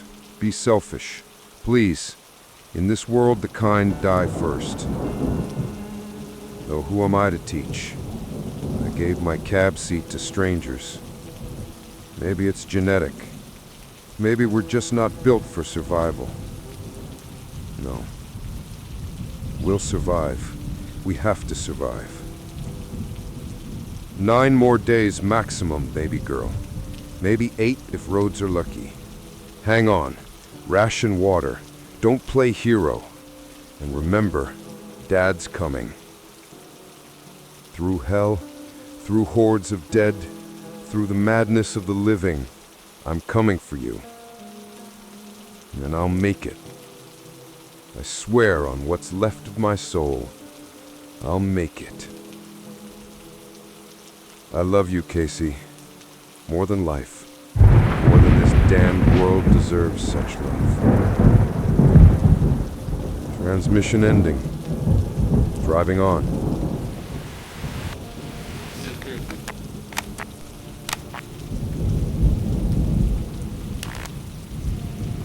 General Hawk, Day 6 in the bunker. Found documents I should have burned 40 years ago. Population triage protocol in event of catastrophic incident. In simpler terms, list of those not worth saving. Know what we called it among ourselves? Ballast. Human ballast that needs to be jettisoned so the ship of state doesn't sink. Bureaucratic language dehumanizes genocide, makes it an administrative task. Reading the categories makes me sick, though I signed off on this myself in '87. Young, ambitious colonel who thought he was saving America from nuclear war. Category A. Prisoners with sentences over 10 years. Estimated figures, 3 million people. Action plan, leave in cells without food or water. Natural disposal, as we called it. Category B. Homeless and persons without fixed address. 500,000 minimum. Plan, don't include in evacuation lists. Don't admit to shelters. Let the streets decide, we said. Streets always decide efficiently. Category C. Mentally ill in institutions. 200,000. Too many resources to maintain, too little benefit. Plan, euthanasia under guise of sedative drugs. Merciful death, we wrote in the protocols. Category D. Elderly without relatives in nursing homes. 400,000. Irrational use of medication and nutrition. Plan, reduce rations until natural outcome. Category E. Chronically ill requiring constant care. Disabled without ability to self-care. Terminal patients. 1 million people. Plan, redirect medical resources to the healthy.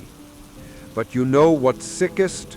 We didn't just plan their death, we planned their use. Project Lazarus required testing. Thousands of tests, and where to get so many test subjects?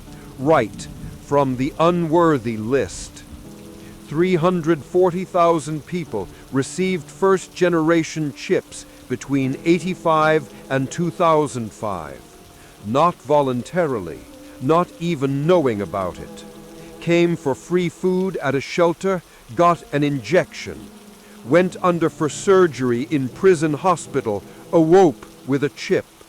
Dementia at nursing home, perfect excuse for experimental procedure. And now they rose first. Understand the irony? Those we considered ballast became our executioners.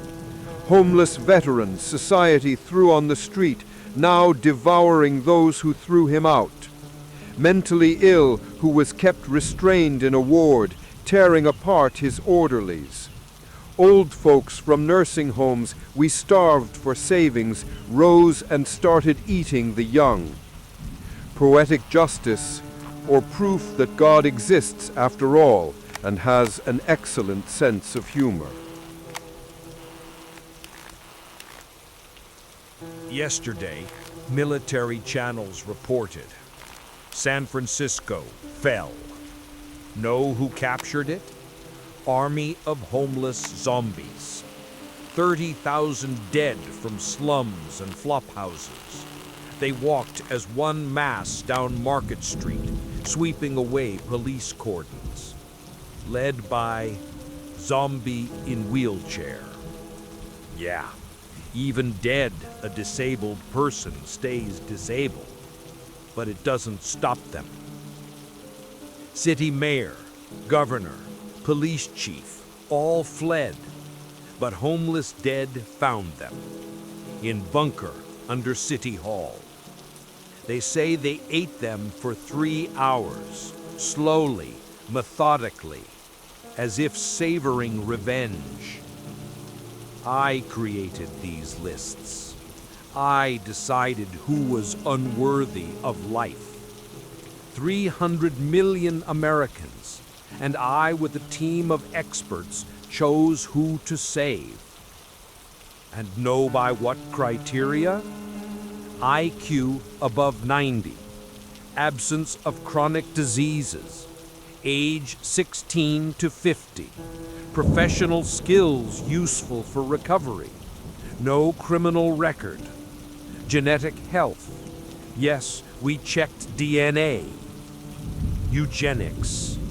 We did eugenics under guise of crisis management. Decided which genes were worthy of the future and which weren't. Nazis at least honestly called it racial hygiene. We invented beautiful euphemisms. And now, natural selection works its own way. Not the smartest or genetically pure survive. The lucky survive.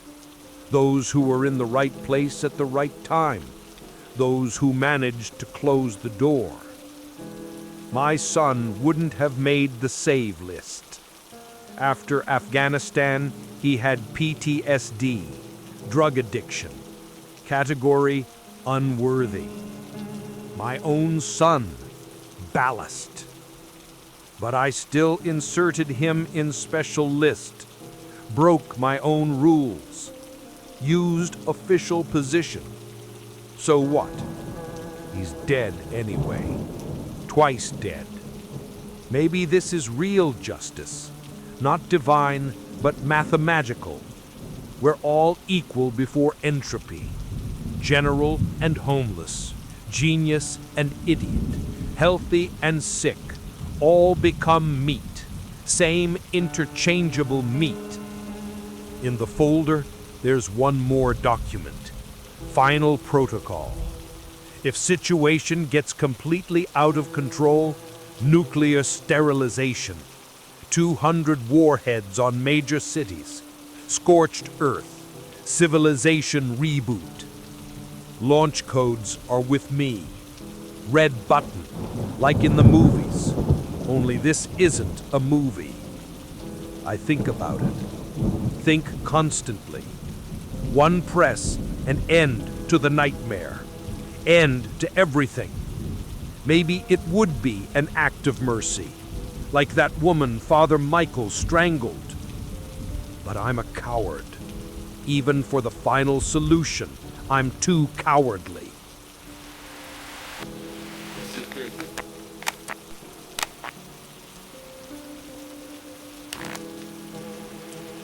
Found Mom's safe in the archives. Personal, not official. Code, my birth date. How predictable. Mom was always bad with passwords. Said, why remember extra stuff when there are important dates? Inside, documents and a diary. Personal diary of Colonel Lisa Holloway, my mom. Woman who forbade me from seeing my father. Who convinced the judge he was dangerous. Who... God, Mom, what did you do? Reading entries from 2022. Project Lazarus entering final stage. My unit responsible for testing logistics. Today processed 300 subjects from Category A. Prisoners didn't even realize they got injection. Think it's a flu vaccination. 300 people per day. 300 chips in skulls.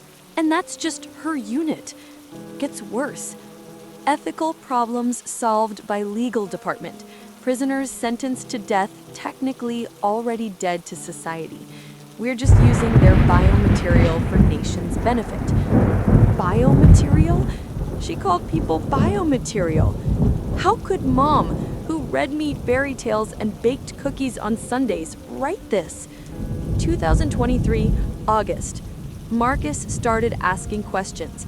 Saw documents he shouldn't have seen. We'll have to take measures. Sorry for Casey, but national security more important than family ties. She framed him, fabricated evidence of aggression, bribed a psychologist for evaluation, all so Dad couldn't expose the project, and used me as a weapon against him. I remember that trial. Dad cried when the judge read the decision. First time I saw him cry. And Mom held my hand and whispered, "It's for your safety, baby. He's dangerous." Lies. All lies. Last entries. Week before catastrophe. System out of control. Hawk lost project management. Chips activating spontaneously, without signal.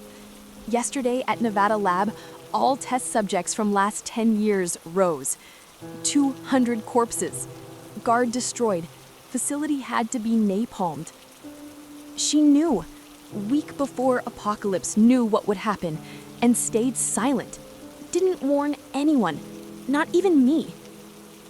Though, no, she warned, in her way. Note at end of diary, dated morning of that day. Casey, if you're reading this, means the worst happened. I'm dead, project failed, world collapsing. In safe under diary, flash drive. All data on Project Lazarus there. All names, all locations, all codes. If you survive, destroy it. Or use as weapon.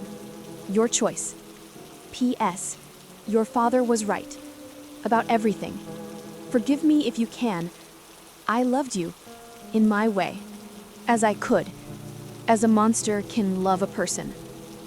Flash drive really there. Small, black, innocent looking. Key to understanding Apocalypse. Or to creating new one. What do I do with it? Destroy as Mom asked? Give to Dad? Military? Or keep? Last ace up sleeve. Mom wrote she became a monster. But monsters don't leave notes with apologies. Monsters don't admit mistakes. Maybe at the very end, before death, she became human again? Or is this just another manipulation? Last lie, a woman who lied her whole life. Don't know. Only know I'm Monster's daughter. Genetic heir of woman who helped destroy the world. In my veins flows executioner's blood. Dad's driving to save Colonel Holloway's daughter. Does he know who he's really saving? Will he forgive when he finds out? Hide flash drive in pocket. We'll decide later. If I survive to later. Mom, I don't forgive you. Not yet. Maybe never will. But thanks for truth. Even this one. Even too late.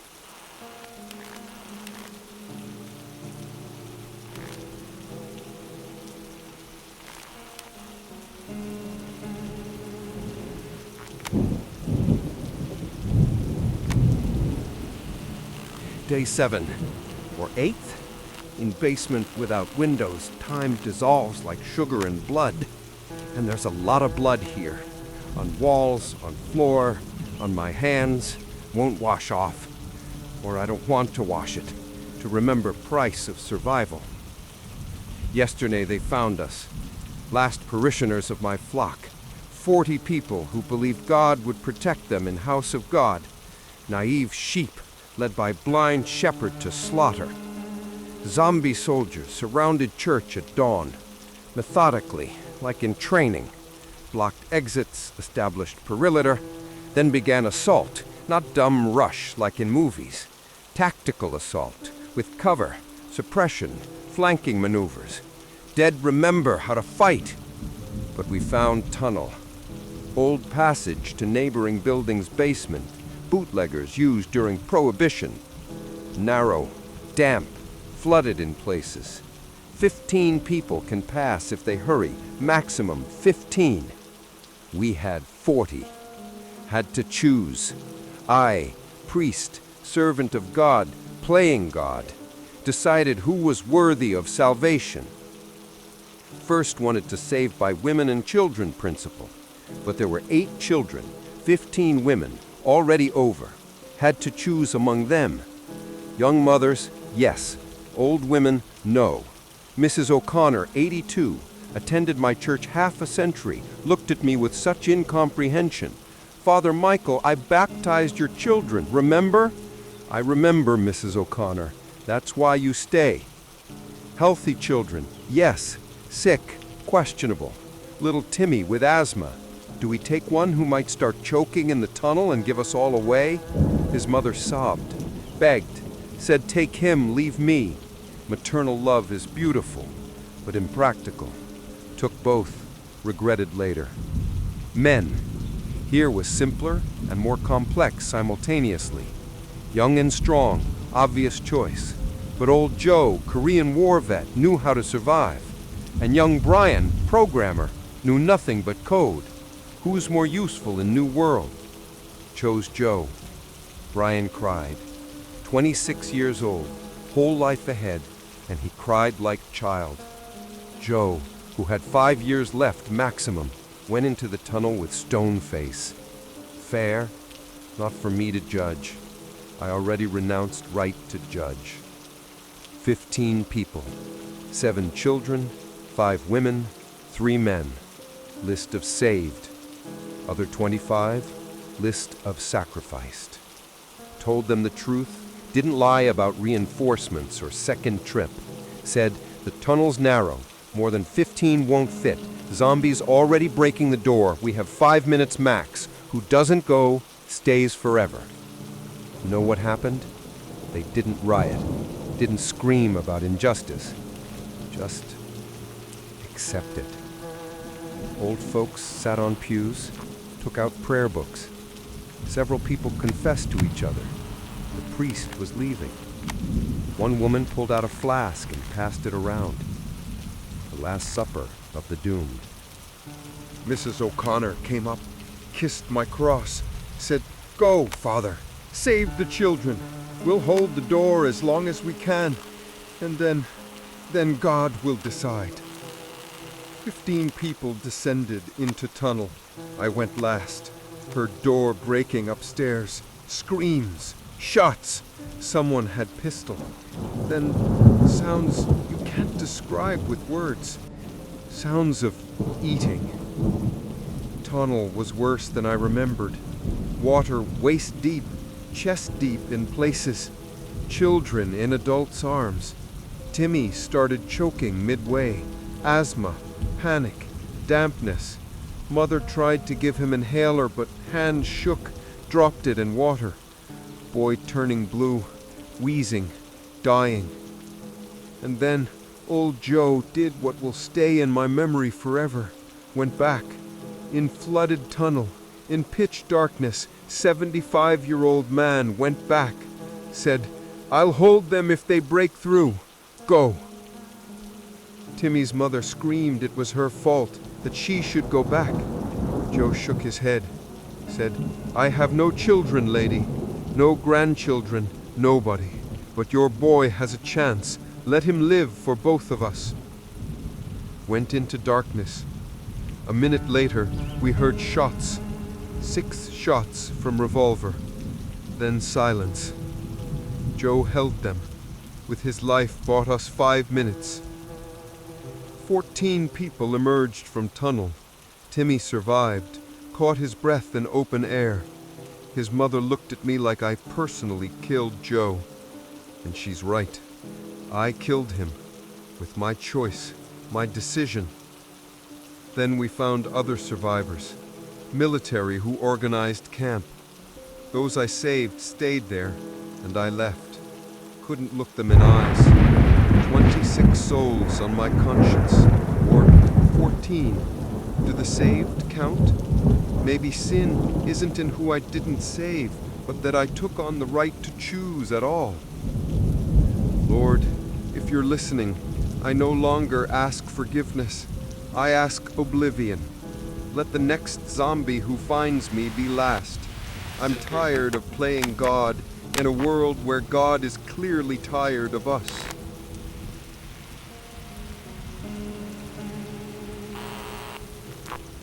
Racing in my rig.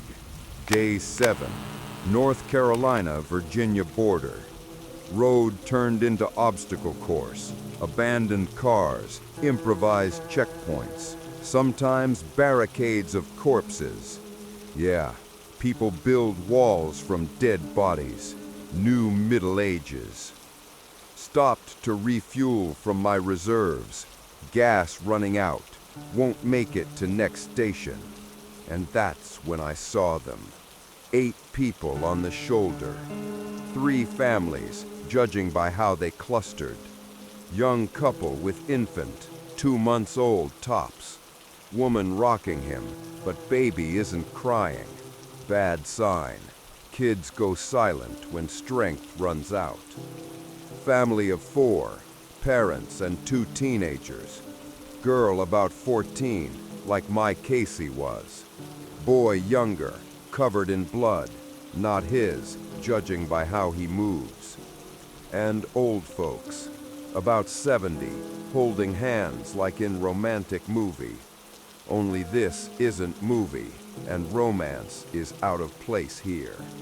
Raised hands when I stopped, not hitchhiking, surrendering.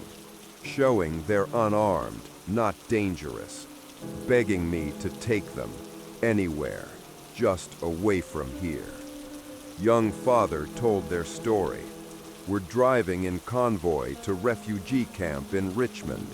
12 cars, almost 60 people, organized, with guards, several armed men. They were attacked not by zombies, people. Gang of looters, 30 men, armed, in jeeps. Blocked road, demanded toll. Everything valuable.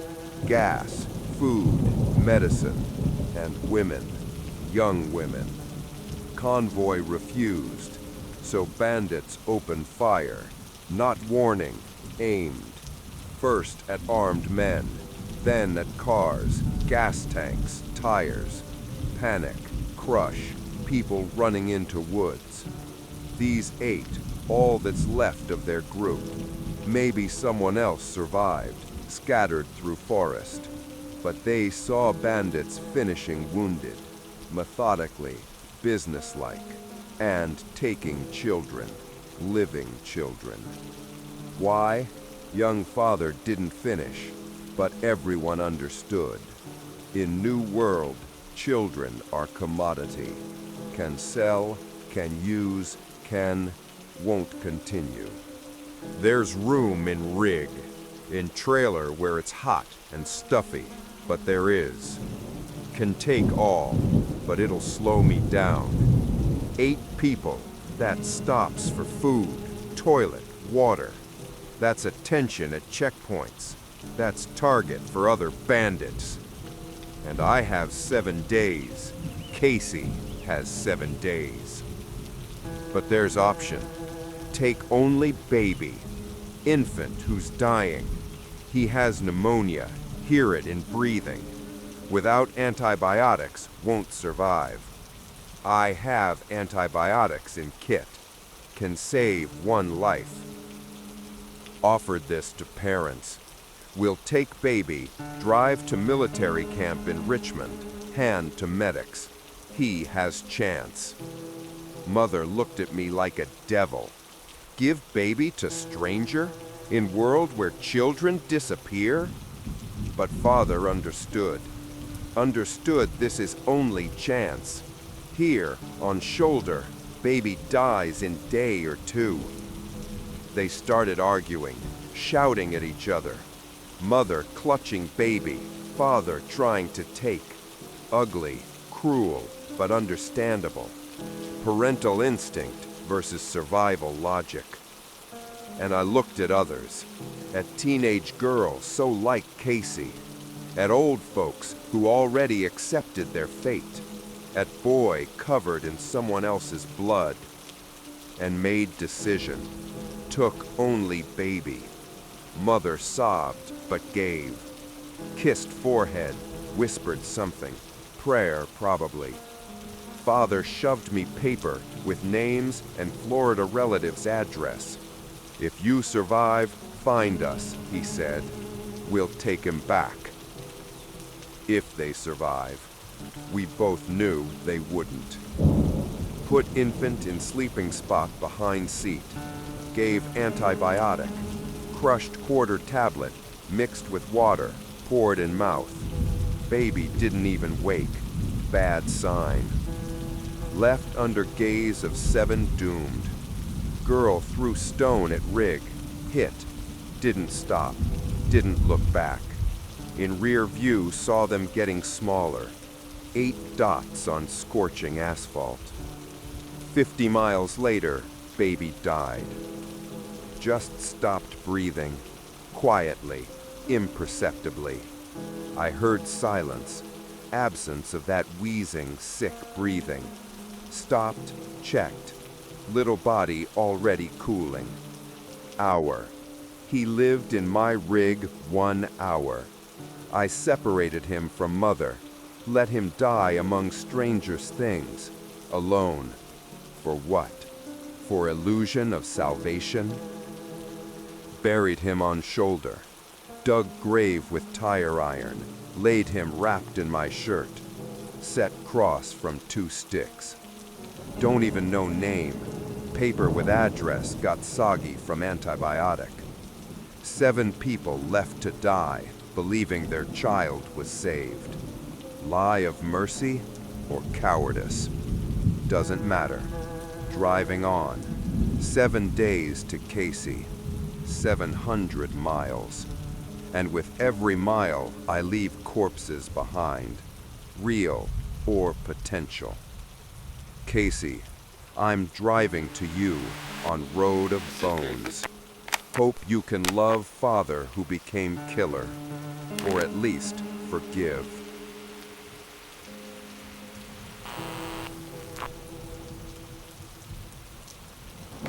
Day 8 of desertion. Funny word, desertion. Like there's army to desert from. Like there's country to betray. Found other fugitives. 8 people. Remains of Georgia National Guard platoon. Also refused execute cleansing order. Also running. Also don't know where. Commander, Sergeant Ramirez. Latino, about 40. Fought in Iraq, Afghanistan. Says there at least knew who enemy was. And here? Here everyone's enemy, including own command. Gathered at abandoned farm, found supplies. Previous owners either fled or dead. Basement full of canned goods. Well with water, generator. Can survive week or two. Question, what next? And then Ramirez told story that made blood run cold. 2 days ago, their group was bigger, 12 people. Found another farm, also with supplies. But there were people, family, farmer with wife, 3 kids, elderly parents. Put question to vote. What do? Ask to share? Leave? Or take by force? Know what apocalypse democracy is? It's when 8 people vote to murder innocents because it's easier, faster, more efficient. Ramirez voted against. I would have voted against too. 3 more were against, but 8, 4. Majority rules. Democracy. Won't describe what happened. Will only say, children screamed loudest and longest. Farmer tried defending family with pitchfork against assault rifles. Brave fool. After that, Ramirez and those who voted against left. Just packed up and left. And 8 stayed, eating supplies bought with blood. And here we sit, 5 deserters and killers by association, discussing what to do, where to go, how to live with what we saw, with what we couldn't prevent. Ramirez suggests going west, says in Colorado there's a military base where normal military gather, those who still remember oath, maybe organize resistance, maybe restore something. Corporal Johnson, young, about 20, suggests surrendering. Go back, say we were on reconnaissance. Maybe they'll forgive, maybe won't shoot. Naive boy. In wartime, for desertion, there's 1 sentence. Private Thompson, only woman in group, silent. Just sits cleaning rifle. Disassembles, assembles, disassembles again. Mechanical movements, empty stare. She shot children at that reservation. On orders, yes, but shot. Says they ran and order was let none out. What was she supposed to do? Don't know. Don't know what any of us should do. And then news came on radio. Military declared us terrorists, all deserters. Say we're infected, dangerous, armed. Reward for head, 1,000 gallons gas. A whole fortune in New World. And know what happened? Thompson pulled pistol, aimed at Ramirez. Said, 1,000 gallons split 5 ways or 1? Second of silence. Everyone froze. Then Johnson pulled knife, slashed Thompson's throat. Fast. Professional. Trained well. She fell, wheezing, choking on blood. Johnson wiped knife on her uniform. Said, now we split 4 ways. And we didn't stop him. Sat and watched her die. Woman we served with, fled with, who trusted us. Dying while we calculated. 4 people, 1,000 gallons, 250 each. Without speaking, stood and dispersed, each his own way. Without words because words ran out. Now driving alone, like I started. Only now, I'm not just deserter, I'm an accomplice to murder. Twice accomplice. Farmer's family and Thompson. In rear view, see smoke. Someone torched the farm. Maybe Ramirez, maybe Johnson. Maybe spontaneous combustion. In hell, everything burns by itself. 1,000 gallons gas for my head. Tempting offer. Maybe turn myself in, get a reward and a bullet in the back of my head. Fair deal. But driving on. Coward to the end. Not even enough courage to die. Marcus, if you hear, we're alike. both running. Only you to daughter, and I from myself. Guess who will reach first?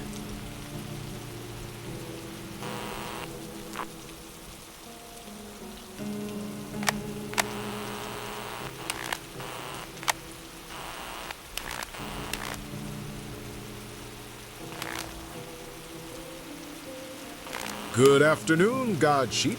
Day 8 of Great Cleansing, and we have special event. Forgiveness Fair, Salvation Auction, live from Temple of Last Chance. Before me, 30 sinners, 30 souls thirsting for place in our holy refuge.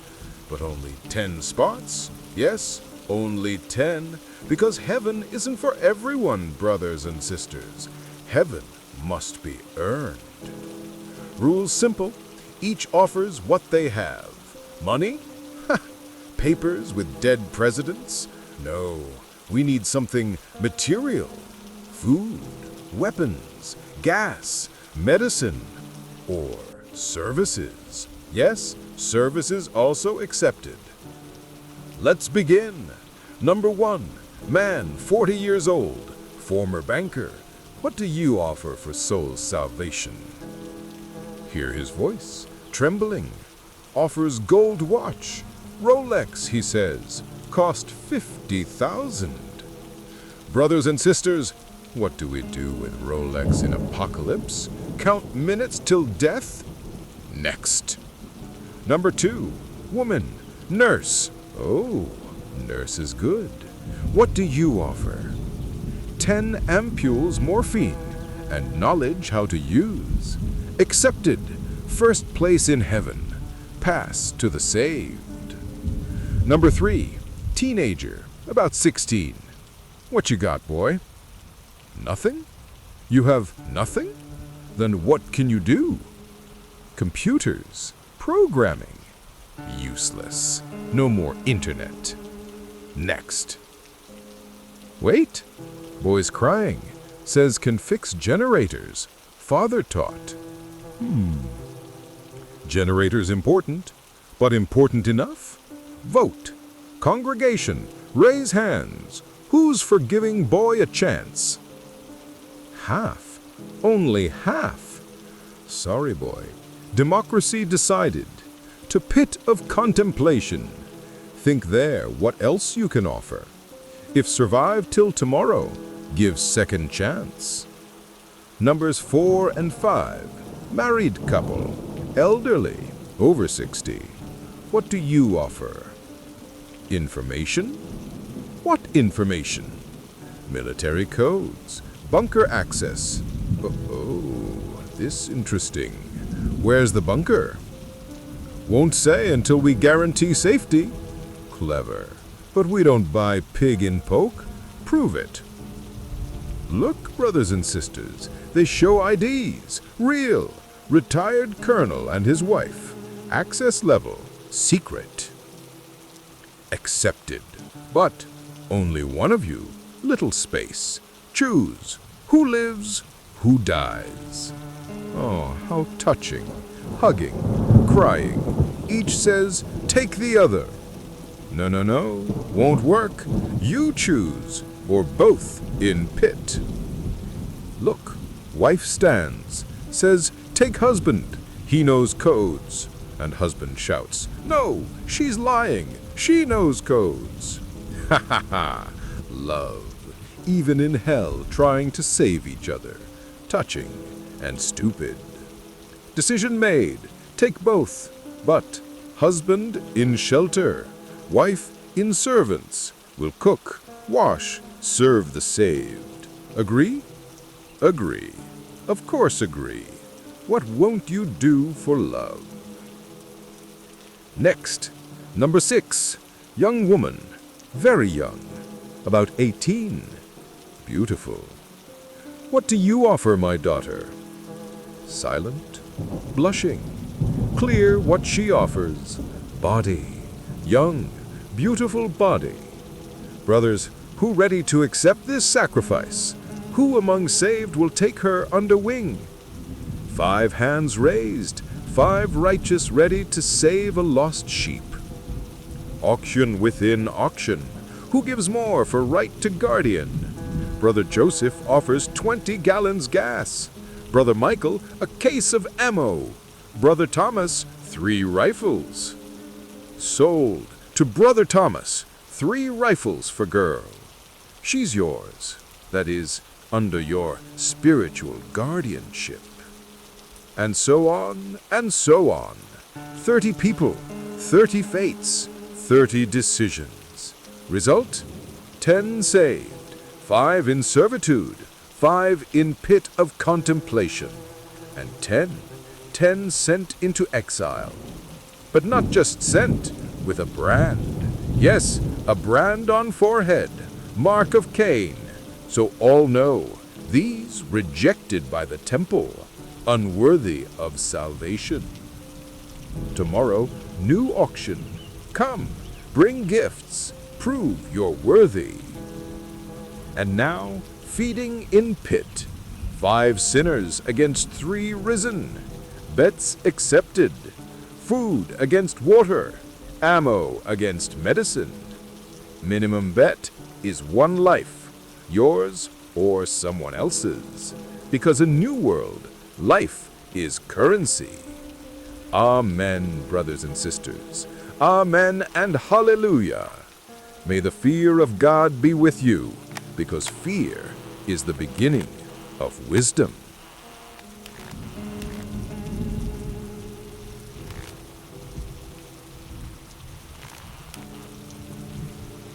That girl with pneumonia. I didn't even learn her name. Nameless child who died in my rig while I drove her to nowhere. Noticed she wasn't breathing an hour after I started. Maybe she died earlier. Maybe was dying while I argued with myself, take her or not, while haggling with conscience like market woman. Stopped at abandoned gas station. Carried her little body out in arms. So light, 40 pounds tops. At 5, my Casey weighed more. Tried resuscitation, artificial respiration, chest compressions. Learned once in first aid course. 30 compressions, 2 breaths. 30 compressions, 2 breaths. Child's ribs crunching under palms like dry twigs. Useless. She was dead. Maybe an hour. Maybe 2. Body already cooling, lips blue. But I continued. 10 minutes, 15, until I realized I'm doing this not for her, for myself. To say, I tried. Till whom? Casey? God? Myself? On shoulder, found place for grave. Ground hard, rocky. Dug with tire iron in hands. Nails broke, knuckles bleeding. Half-meter deep, all I could. Wrapped her in my spare shirt, the one I saved for meeting Casey. Clean, almost new. Wanted to look decent when I find daughter. Now it's shroud for stranger's child. Lowered into hole, such small grave. Filled with earth, piled rocks on top, from animals. Though what's difference? Dead don't care what happens to their body. Made cross from broken road sign. Stop. Red letters on white background. Fitting. Stop. End of road. Final stop. And then it hit me. Understanding. I killed 8 for this dead child. 7 people on shoulder. Woman who gave me her baby. Man who believed I'd save their daughter. Teenagers, old folks, all stayed there, without transport, without hope. 50 miles from nearest town, on a road crawling with bandits and zombies. They're dead. Maybe not now, but soon. Day 2 max. Die from thirst, bullets, from teeth, and die thinking their sacrifice not in vain. That little girl alive, that at least one of them survived. And she's dead. Was dead probably when I took her. I just didn't want to see. Wanted to be a hero, a savior, one who makes hard but right choice. There's no right choice, only dead children and those who bury them. Got in the rig. On dashboard, Casey's photo. Smiling, waving, alive. Still alive. 7 days to her. Maybe 6, if lucky. If road's clear. If gas doesn't run out. If.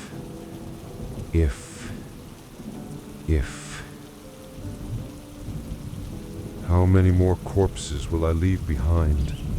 How many more children won't I save to save mine?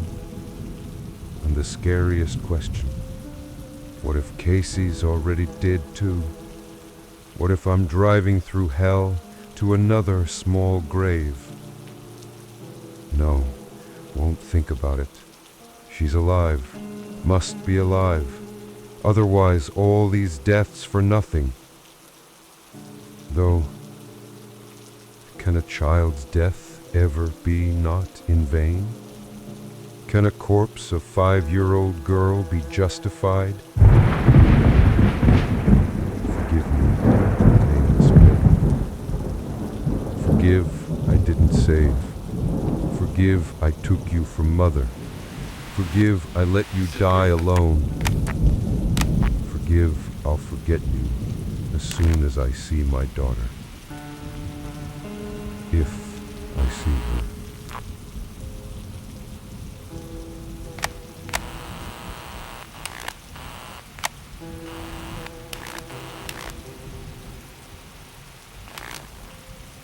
Oh, new listeners. Welcome to Dr. Haven's mobile hospital. Don't mind groans from backseat. Just patient coming to after surgery. Successful surgery, of course. Let me tell you instructive story about choice. About how love kills more efficiently than bullets. Yesterday, they brought me two, father and son. More precisely, dragged, both near death.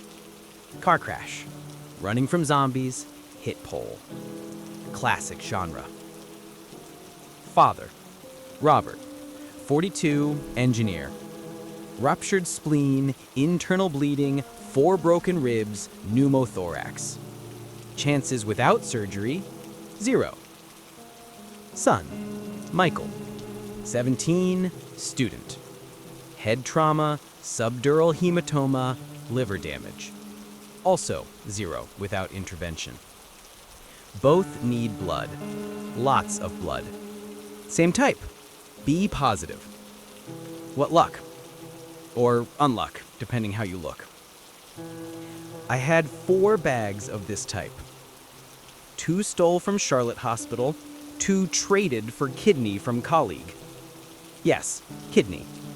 Don't ask whose. 4 bags enough for 1.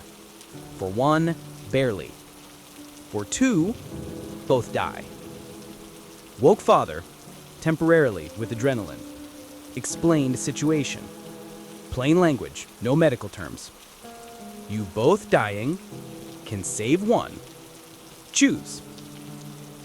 Know what he said? Course you know. All fathers say same thing. Save son. Take my blood if need. Take all. Touching. Stupid, but touching. His blood won't help. He lost too much. But decision made. Save boy. Operated 3 hours. Virtuoso work. Without false modesty. Open skull. Removed hematoma. Sutured liver. Poured in all blood. Boy will live. Possibly with some consequences. Memory, coordination, speech. Something suffered. but will live. And father? Father dying nearby, slowly, agonizingly. I could ease his suffering. Morphine, for example. But morphine expensive. $50 old money per ampule. Or 5 gallons gas new. Instead, I did something practical. While he was conscious, and consciousness surprisingly tenacious when dying, I conducted express operation. Without anesthesia, unfortunately. Again, economy. Kidney, in perfect condition. Liver damaged, but lobes healthy. Corneas excellent. Bone marrow, gold mine. Even skin can use for transplant. Don't look at me like that. I told father we'll take everything needed to save son. Just didn't specify would take more than needed. Son woke 6 hours later. First thing asked, "Where's Dad?" Said father didn't survive. Gave life to save him. Technically, didn't lie. Boy cried. Long, heart-wrenchingly. Said would have been better if he died. That father was best person. That now he's alone in this hell. Gave him sedative. Again, economy. Quarter dose. Enough to knock out. And father's organs? Oh, they brought good profit. Kidney went for 100 gallons gas. Liver for case of antibiotics. Corneas kept for myself. For a rainy day. Never know. Maybe mind fail. Released boy this morning. Gave crutches, pack of painkillers, wished luck. He thanked. For saving. For his father dying hero. If he knew his father died in pool of own blood while I cut him for organs like carcass in a butcher shop, if he knew father's scream I'm muffled by shoving his own belt in mouth, but won't know. Dead don't tell. And the living believe beautiful fairy tales. Such is surgery of choice, friends. One dies, so another lives. And third me gets rich on their blood. By the way, if anyone needs a kidney, contact me. Have price list. Discounts for family pairs.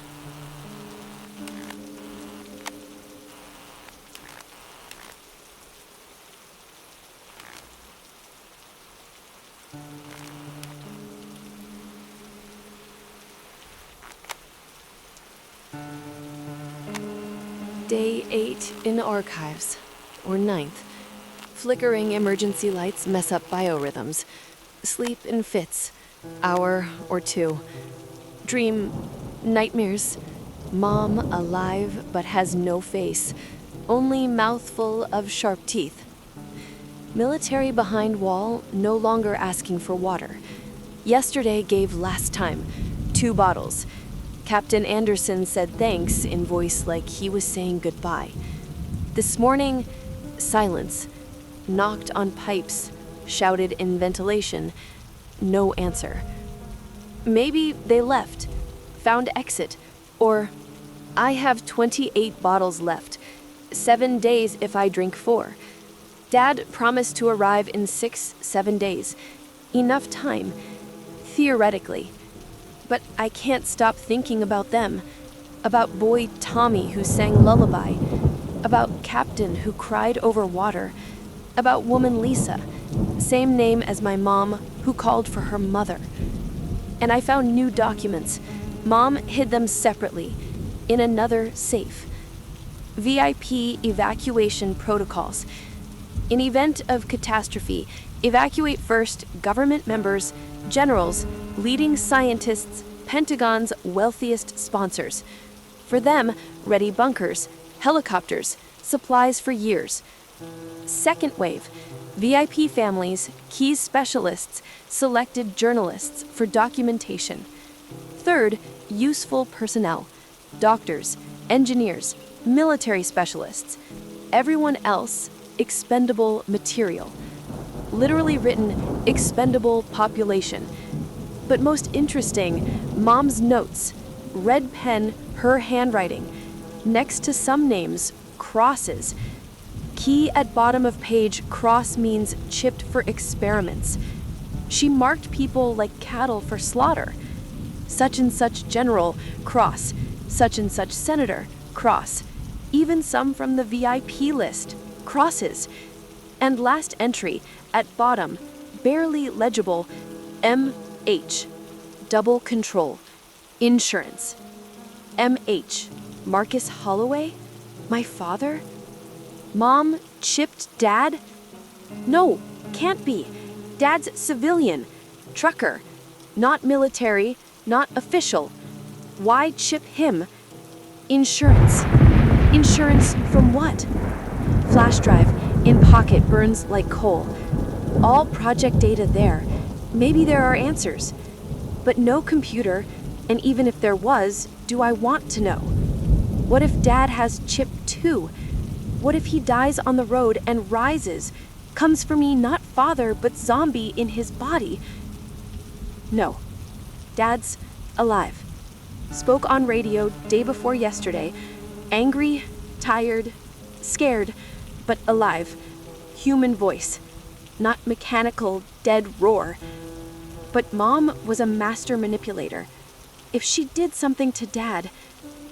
Hear noise behind archive door. Footsteps. Many footsteps. Synchronized like march. Zombie military. Did they find me? Or just patrolling? Turn off flashlight. Sit in darkness, trying not to breathe. 28 bottles water. Dozen cans food. A pistol with 3 bullets I found in desk.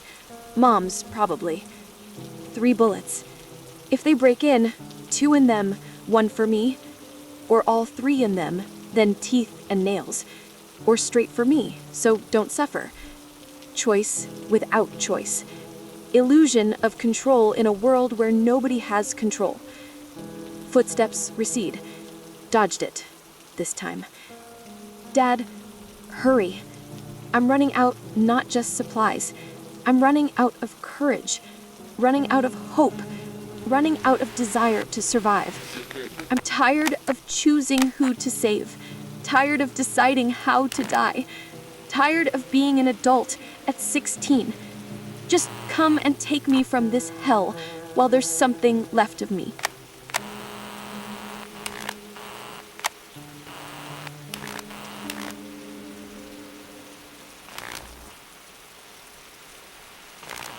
Last Confession of General Hawk. Day, what's difference? In bunker without windows, all days same, like in grave. Want to tell about choice that broke me 40 years ago. About my son, Jimmy. Real story, not what's in reports. Jimmy, born in 85, premature, weak. Doctors gave 10%, but he survived. Fighter like his father, or so I flattered myself. Grew up good boy, kind, too kind for military son. Cried when saw crushed bird, gave lunch to homeless. At 15, brought home dog, 3-legged, blind in one eye. Named her Lucky. At 18, entered college. Wanted to be teacher, elementary school teacher. I was furious. General's son and teach snot-nosed kids ABCs? Gave ultimatum. Army or I disinherit. Completely. Not sent for education, not roof overhead. thought he'd wise up. Didn't wise up. Left home with backpack and dog. Year didn't see each other. Then called. Lucky died. No money for burial. I sent check. Anonymously. Through lawyer. Pride wouldn't let me directly. By 20, he broke. Came back. Asked forgiveness. Said, "You're right, Father. I'll join army. Become what you want." Should have been suspicious. Jimmy never gave up so easily. But I was happy. Son returned. Will continue dynasty. Got him into Marines. Best unit, best training. Line in personal file. General Hawk's son. All doors open. Then learned truth. From his sergeant, old buddy. Jimmy, drug addict. Got hooked in college when worked 3 shifts to pay tuition. Amphetamines to stay awake. Then something stronger. Then heroin. Didn't return because he wised up. Returned because needed money for fix. Army, stable paycheck, medical insurance, access to medications. I had choice. Pull him out. Treatment, rehab. Or close eyes, send to Afghanistan. Let war cure or kill. Chose Afghanistan because scandal could destroy my career. General with addict son, end of advancement. Know what's sickest? I put him on chip list. Experimental program, elevated risk. If he dies, we'll rise. Hero forever. Wash away disgrace of addiction. And he died. IED outside Kandahar. Not even in combat. Driving to base after patrol.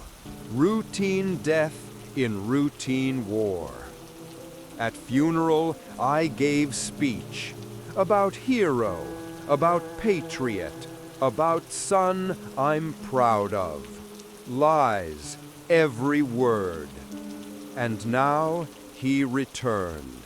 Dead addict with my chip in skull. Killed 3 soldiers before reaching me. To daddy who chose career over son. When I looked in his one remaining eye before shooting, know what I saw? Not hate, not hunger, relief. Like he finally free. From me, from my expectations, from need to be what he wasn't. I chose wrong. Whole life chose wrong. Career over family. Pride over love. System over son. And now, system I served devours world. And son I killed twice was its first victim. Or last? Maybe he was only one who won. Died young, returned monster, died again. Clean balance, no debts, no regrets. And I sit in bunker with red button. 200 nuclear warheads. Can erase this mistake, all of it. America, project, dead. But don't press. Know why? Because would be too easy, too fast. And I deserve slow death, like those I doomed. Generator running out soon. Food too. Water still there. But what's point? Sooner or later, they'll break through. Dead always break through. And maybe among them, will be Jimmy again. Third coming of prodigal son. This time I won't shoot. Let him finish eating father. It'll be fair. Last transmission of General Donald Hawk. I created hell and will burn in it. Don't repeat my mistakes. If there's anyone left to not repeat them.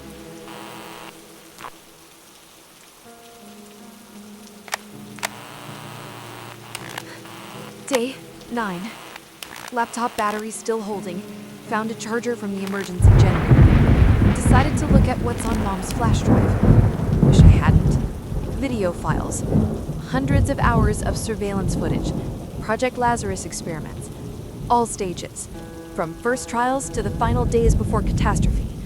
Started with the earliest. 85. Black and white recording. Grainy. Operating room. On the table, a homeless person, judging by appearance, still alive. Surgeon opens the skull, implants the chip. Patient screaming, no anesthesia or not enough. Doctors pay no attention. Then, injection into the heart. Cardiac arrest. They wait. 3 minutes. 5. 10. Body jerks. Stands up, but this isn't resurrection. These are convulsions. Falls, thrashes on the floor. Doctors record experiment 001. Failure. Dispose. Next file. Experiment 002, 003, 004. Dozens of corpses that stand and fall, stand and attack, stand and just stare blankly into nothing. Fast forward. 90s. Color recording. Better quality. Prison. Death row cell. They tell the inmate, participate in the experiment, get a pardon. He agrees.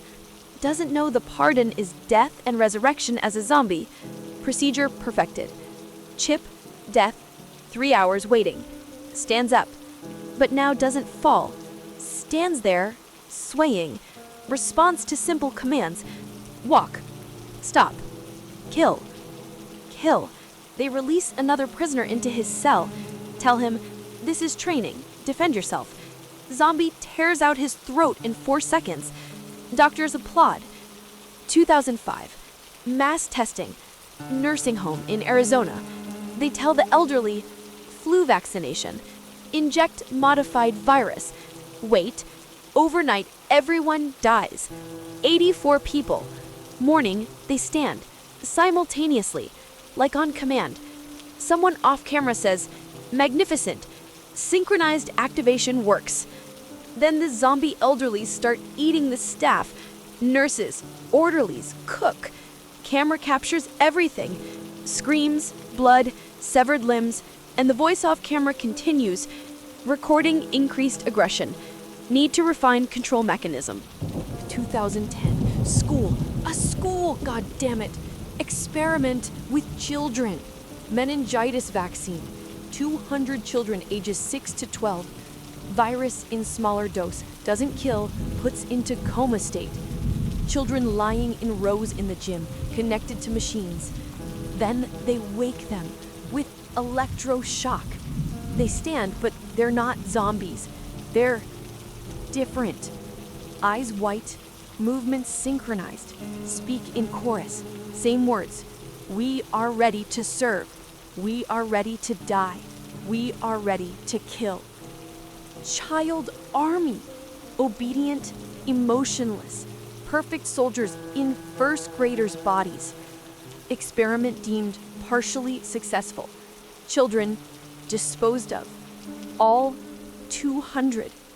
Burned alive to leave no trace. Last files. Week before catastrophe. Pentagon. High command meeting. Mom at the table giving presentation. System ready to launch. 4 million chipped across the country. Activation signal will go through satellites. Full control in 6 hours. General asks, what about those not chipped? Mom answers calmly, matter-of-factly. Zombies will eat them. Natural cleansing. Only those we decide to keep will remain. Applause. They applaud genocide. And last recording, day before catastrophe, Mom alone in office, speaking to camera, addressing me. Casey, if you're watching this, I'm sorry. I know what will happen tomorrow. Mass activation, but not according to plan. Someone hacked the system, changed parameters. Now zombies are uncontrollable. And there aren't 4 million, there are 20. Everyone who got any vaccine in the last 10 years, I tried to stop it, but too late. Tomorrow, the world dies, and I die with it. You'll survive. I made sure. You don't have a chip. Never did. I falsified your medical records all these years, protected you from the system I myself was creating. Don't seek justice. Don't seek the guilty. Just survive. And maybe start the world anew. Without chips. Without control. Without us. Video cuts off. Last frame, Mom crying. A monster who created hell. Crying like the daughter she loved in her own way. Shut the laptop. Enough horrors. Enough truth. But one question won't let go. If I don't have a chip, why did Mom mark Dad MH? Double control. What did she do to him?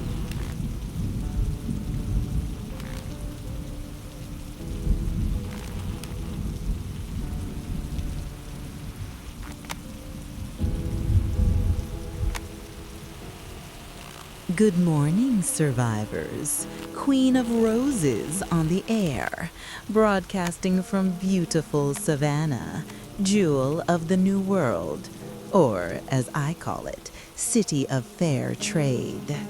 You know, people often ask me, how did I build my empire in just 9 days? How did I turn the Port District into a thriving marketplace? The secret's simple, my dears. I understood the main rule of the apocalypse. Everyone lies about morality, but the truth is, morality is a luxury. And in the new world, luxury comes at a steep price. Let me tell you about our business model. We trade the most valuable resource, human. No, don't rush to judge. This is more honest than what corporations did in the old world. They traded human time, health, lives, just called it an employment contract. With us, everything's transparent. A person is merchandise. Price depends on quality. Category A, young, healthy, strong. 500 gallons of gas, or equivalent in weapons. They make excellent slaves. Farmers love them, work 16 hours, eat little. Category B, specialists, doctors, engineers, military, up to 1,000 gallons. Investment in the future. One good doctor pays for himself in a month. Category C, women of childbearing age. Won't go into details. I'll just say demand exceeds supply. Some buyers take 10 at a time for population recovery, as they put it. Category D, children. Most popular commodity. Little ones eat little, complain rarely, adapt quickly. Perfect servants, or, well, buyers have different needs. And a special category is long-living meat. This is my invention, my pride. You see, an ordinary corpse spoils in 2-3 days, even refrigerated, a week maximum. But what if we need fresh meat constantly? The solution is genius in its simplicity. We keep donors alive. in special cages with minimal nutrition, enough so they don't die. When we need meat, we cut off a piece, an arm, a leg, whatever the client orders. We cauterize the wound, treat it. With antibiotics, a person can live for months, providing fresh meat on demand. Don't look at me like that. I didn't invent cannibalism. It's always existed. In besieged Leningrad, in the Andes when the plane crashed, on rafts from shipwrecks. I just made it an industry. We have a menu. Yes, an actual restaurant menu. Young athlete's thigh, lean, fibrous, perfect for steaks, 40 gallons per pound. Virgin's liver, tender with a slight bitterness, delicacy, 100 gallons. Child's heart, aphrodisiac of the new world, price upon request. Our chefs are professionals from Savannah's finest restaurants, know 100 ways to prepare human flesh. Marinades, spices, sides, everything like the good old days. Only the main ingredient has changed. Yesterday we had a banquet. Wealthy clients, those who control fuel warehouses, weapons caches, water sources. You know what one client said? Tastier than pork. And everyone agreed. We're not monsters. We're realists. In a world where the dead eat the living, why can't the living eat the living? It's just the next stage of evolution. Top of the food chain. And yes, that trucker who passed through yesterday, Marcus, I think. I offered him to join. Strong man, skilled. He'd make an excellent hunter. But he ran. Fool. Although his daughter's in the Pentagon, they say. 16 years old. Trapped. If she survives, if he saves her, bring her to me. I'll pay 1,000 gallons, 2,000 if she's undamaged. That merchandise is worth its weight in gold.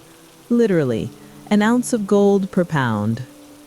Oh, someone's judging me? Saying I'm a monster? My dears, I simply adapted. Faster than you. Better than you. In the old world, my husband dealt drugs, destroyed lives, killed slowly. They called him a businessman. In the new world, I trade meat, save the lives of those who can pay, and I'm the monster? You know the difference between me and you? I'm honest. I don't hide behind morality, religion, patriotism. I say it straight. Want to live? Pay. Can't pay? Become merchandise. This is capitalism in its purest form. Supply and demand, invisible hand of the market. Only now that hand holds a butcher's knife. Join us in Savannah. We're safe. 300 armed guards. We're well fed. Enough meat for years. We have a future. We're building a new civilization. A civilization of honest predators, where everyone knows their place in the food chain, and where the smartest, strongest, and most ruthless are at the top. I am the Queen of Roses, and I invite you to my palace, as guests or as dinner. The choice, as always, is yours.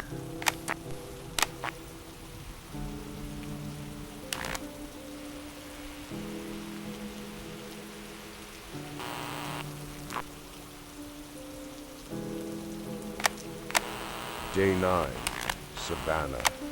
Once dreamed of bringing Casey here. showing her the historic district, taking a carriage ride, eating pralines on the waterfront. Now it's a trap city, and I'm driving through because the bridge is blown, and the detour is an extra 200 miles and a day's journey. Entered at dawn when the streets seemed empty, only seemed.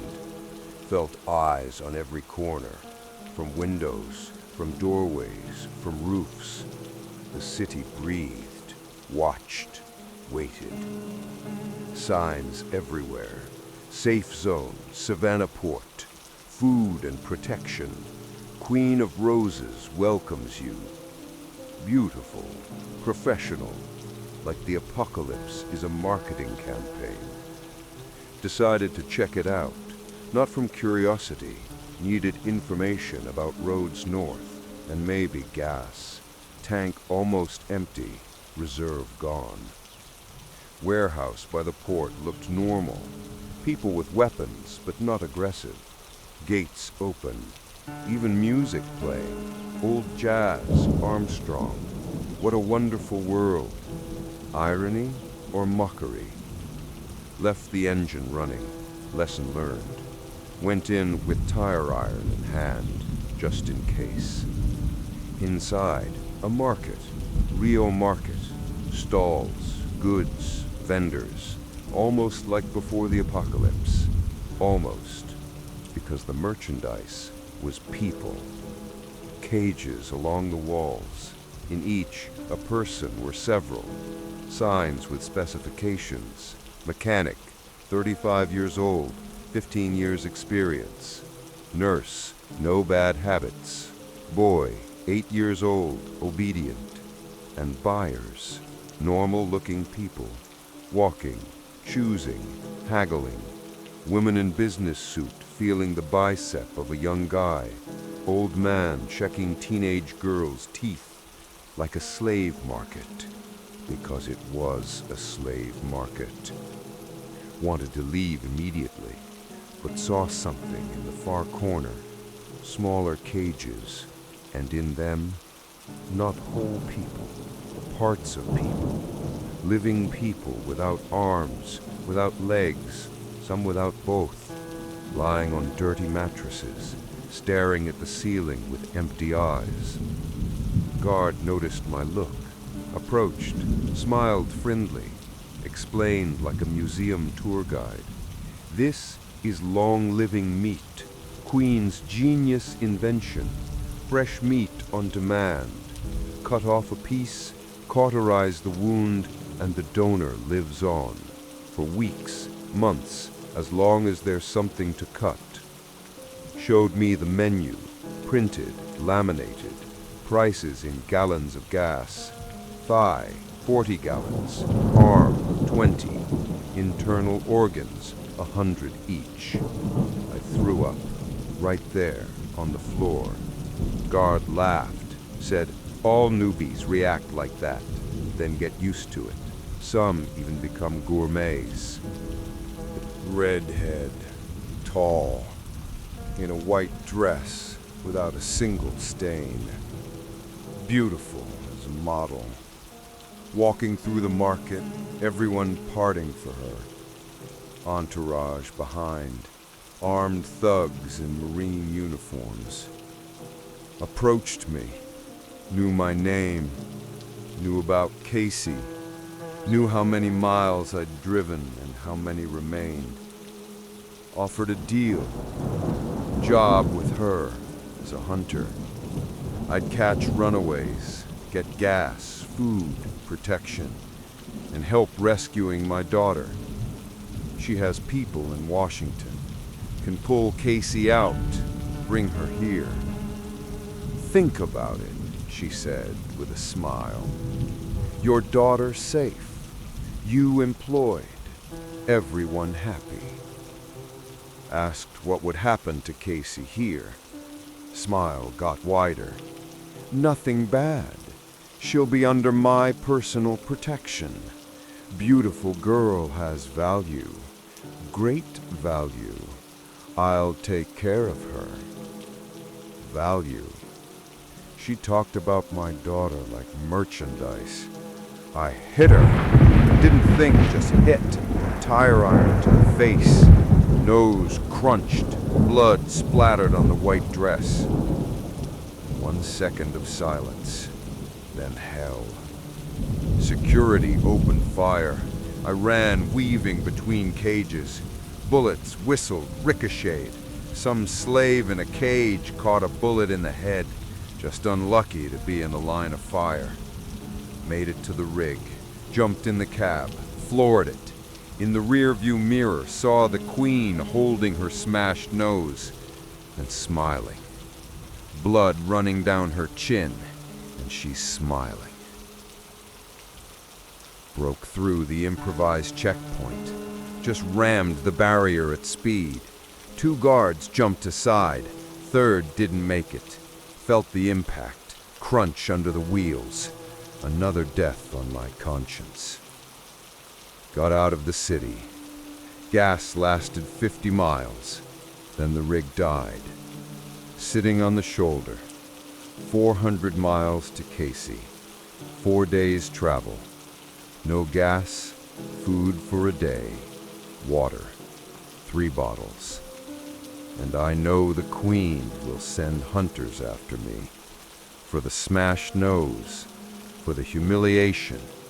For refusing to become part of her empire. But I don't regret it. There's a line you can't cross, even for your daughter, even for survival.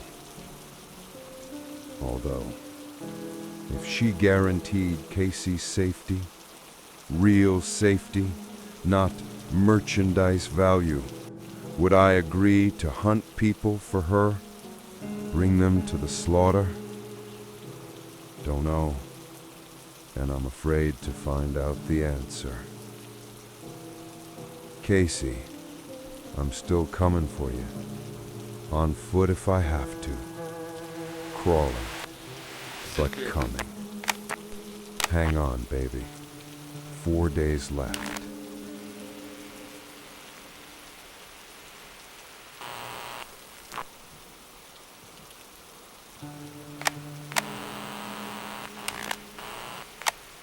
Day 14 in the church basement. Or maybe 15. Lost count. Time stopped having meaning when I became what I fought against. There are 40 people upstairs. Living, breathing, saved. I pulled them from death, from zombies, from hunger, from despair.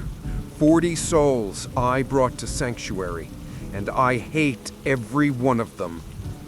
Started with good intentions. Always starts that way, doesn't it? First refugees came week after the dead rose. Family of 5. Parents, 3 children. Starving, terrified. Of course I sheltered them. Of course I fed them. That's what priests do. Then more came. Couple from the next town. Elderly man who lost his wife. Young woman with baby. Each one I accepted. Each one I promised protection. But food ran out. Water ran low. And choices had to be made. Who eats today? Who drinks? Who gets medicine? I decided. Me, the priest, playing God without divine guidance. Chose based on what? Who was most useful? Who had best chance of survival? Who I liked more? Yes, that last one. Sometimes chose based on who was pleasant, who thanked me, who prayed loudest. The elderly I left to starve. Too weak, I said. Eat too much for what they contribute. Better save food for the young, the strong. Mrs. Henderson died first. 73 years old. School teacher, her whole life. Taught reading to 3 generations of children. In her last days, she asked only for water. Small cup, just to wet her lips. I said no. Water was for the workers, for those keeping watch, for those useful. She died with cracked lips and vacant eyes, and I felt nothing, just relief, one less mouth to feed. That's when I knew I'd crossed the line, when death became arithmetic, when human life became resource management. But I kept throwing, making choices, playing God. Young mother with infant, she got food. Baby was innocent, deserved chance, but her milk dried up from malnutrition. Baby cried constantly, loud, piercing cries, attracting zombies. Had to make a choice. Baby's life versus everyone's safety. Took the baby from her mother while she slept, carried it outside the church fence for zombies to find. Heard it crying in the darkness for hours, until suddenly silent. Mother woke up screaming. I lied, said zombies broke in, took the baby, said I tried to save it, even showed her scratches on my arms, self-inflicted, to sell the lie. She believed me, thanked me for trying, cried on my shoulder. Monster. That's what I am. Not the zombies. Me. But worst came last week, when food completely ran out, and someone suggested the unthinkable. The bodies outside, fresh, killed by zombies but not infected, still edible. I said no, absolutely not. We're humans, not animals, not cannibals. But hunger has its own logic, its own morality. After 3 days without food, that logic becomes very persuasive. Started with rationalizations. We'll die otherwise. It's just meat. They're already dead. God will forgive. Desperate measures. Sent out a hunting party. Not for animals, for meat. Any meat. They came back with 3 bodies. Refugees trying to reach the church. My hunting party killed them. Brought them like deer. I blessed the meal. Actually blessed it. We ate. All of us. I told myself I wouldn't. But when the smell of cooking meat filled the basement, I ate. And it was good. Better than good. Satisfying in a way no food had been in weeks. That night I heard sounds upstairs. Went to check. Found them. My saved ones. My flock. One of the refugees attacked a woman. They didn't stop when I entered. Didn't even look ashamed. One, Brandon, young guy I'd known since he was a child, smiled. Said, "Join us, Father. She's for everyone." I should have stopped them. Should have used the gun I keep hidden. Should have been a shepherd protecting his flock. Instead, I left. Closed the door. Went back to the basement. Put pillow over my head so I wouldn't hear screams. Next morning, the girl's body was outside. Mutilated. Used. Discarded. And my flock acted like nothing happened. Ate breakfast. Made jokes. Mrs. Thompson, 60-year-old grandmother who used to lead church choir, laughed about it. That's when I understood. I didn't save people. I saved monsters. Or created them. Chose the worst to survive while letting the best die. The elderly I abandoned. They were dignified, prayed, helped each other. Maybe wisdom and dignity matter more than youth and strength. Maybe I chose wrong. No, maybe. I chose wrong. Saved monsters while sacrificing humans. Took out my gun. The one I found in the church. 1 bullet left. Last one. Thought about using it on myself. Quick exit. 1 second. End to conscience's torment. But that would be too easy. Cowardly. Like my whole life. Went out of the basement. Walked toward them. My saved ones. They sat by the fire, dividing loot, laughing. Mrs. Thompson was telling how the girl cried, imitating her cries. Everyone laughed louder. Approached Brandon from behind, the one who desecrated the corpse. Put gun to back of his head. Said, God will forgive. I won't. Fired! 1 second of shock. Then they jumped me, beat me with feet, hands, whatever. Broke ribs, nose, knocked out teeth. Thought they'd kill me. They didn't. Worse. They tied me up, dragged me to the pit where they burn corpses, and threw me, but not in the fire, next to the fire, so I'd feel the heat, so I'd slowly roast. Lay there 12 hours, skin covered in blisters, eyes watering from smoke, but I didn't scream, didn't beg. This was my punishment, deserved.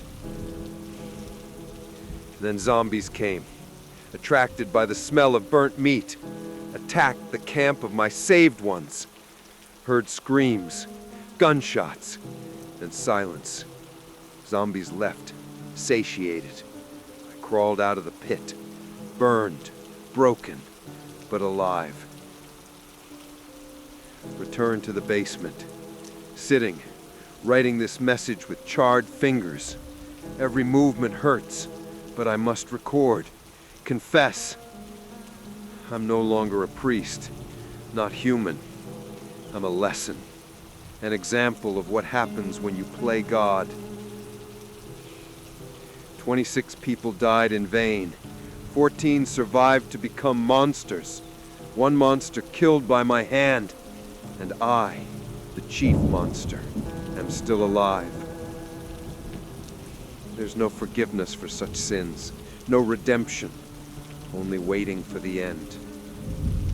And knowing that hell exists, I created it with my own hands, my own choices. Lord, why are you silent? Or is your silence the answer? We created this hell ourselves, and we'll burn in it ourselves. Amen. No, not amen. Just the end.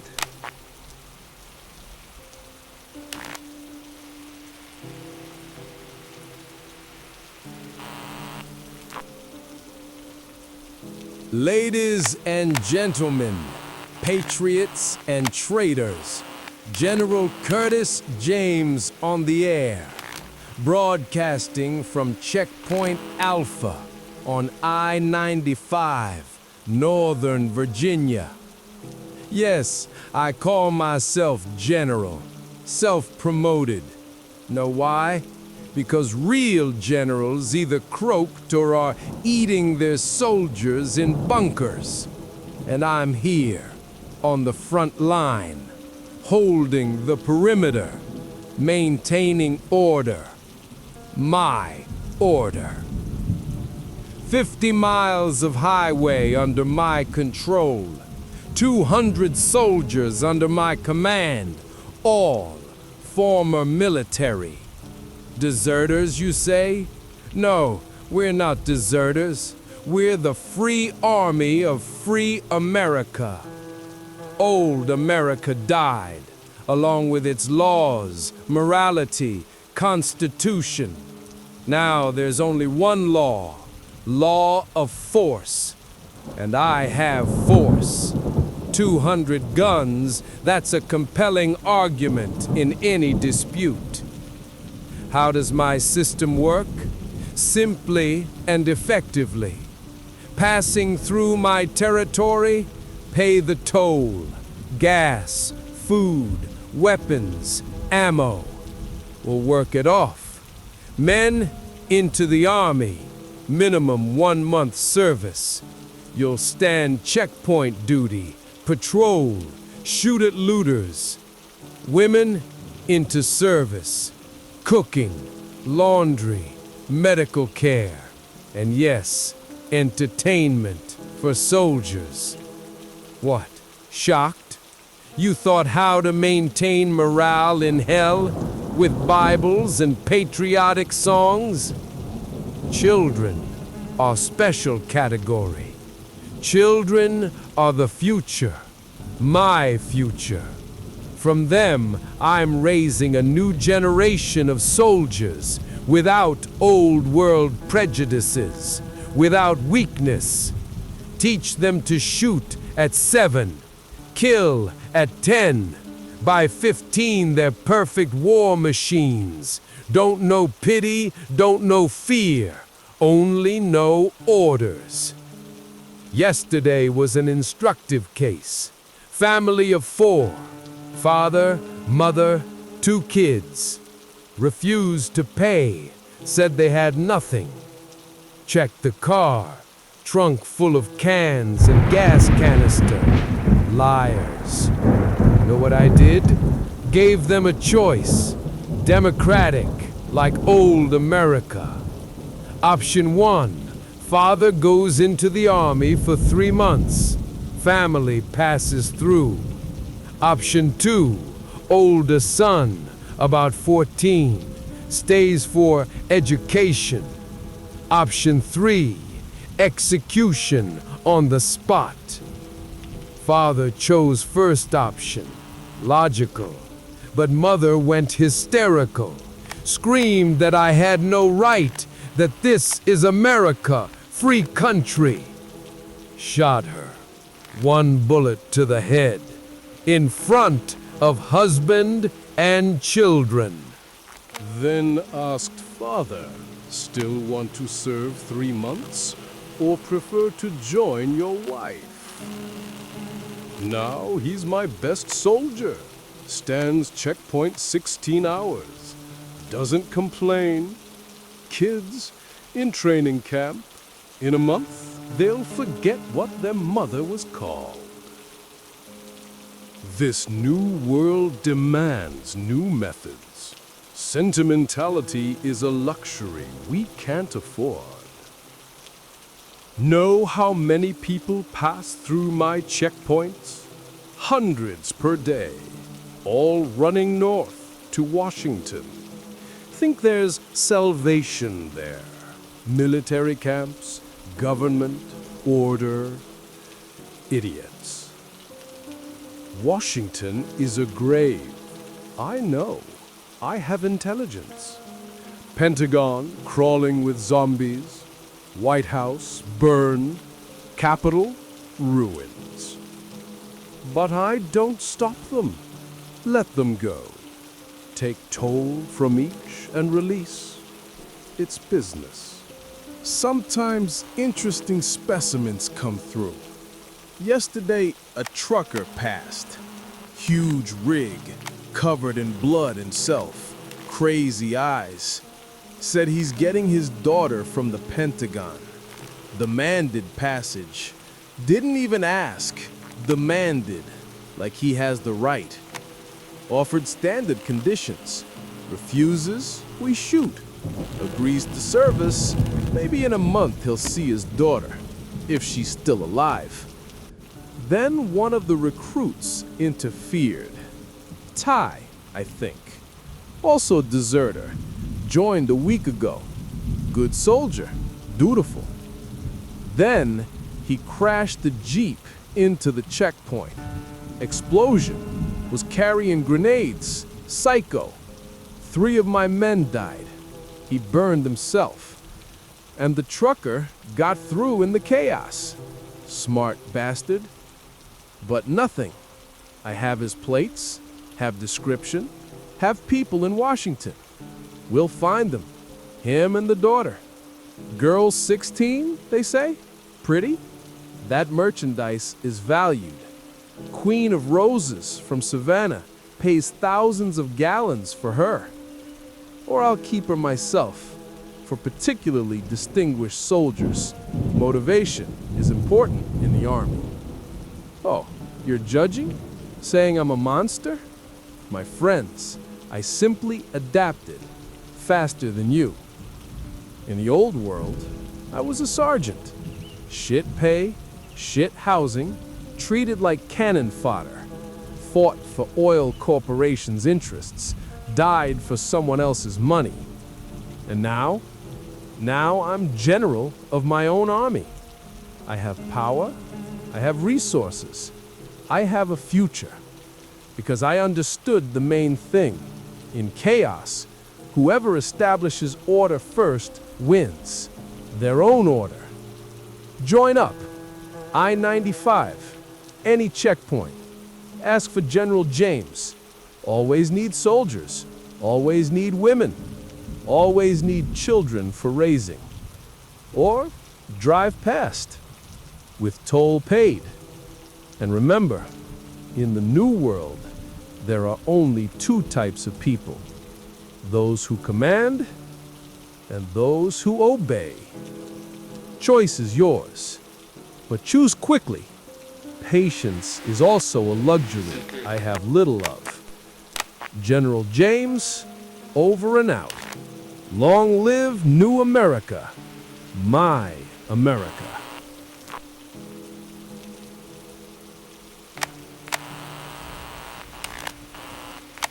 Day 11, Virginia. 300 miles to Casey. 3 days travel if I find gas. If roads are passable. Goddamn ifs eating my brain. See the checkpoint from far off. Trucks across the road. Armed people swarming like ants. Think about going around, but minefields on the shoulders. Signs. Barbed wire, all military style. Damn, gonna have to stop. Stop 100 yards out. Get out with hands raised. Empty. Left the tire iron in the cab. I understand. If I show a weapon, they'll shoot me on sight. Their leader meets me. Calls himself General Curtis James. Self-promoted from sergeant. Typical dictator. Uniform with someone else's medals, pistol on hip, maniac stare. Seen guys like this in Vietnam photos, convinced of their righteousness to the point of madness. He explains the terms. They take the rig, me, into the army for a month, or a bullet right here and now. Simple. Military simple. Try to explain about my daughter.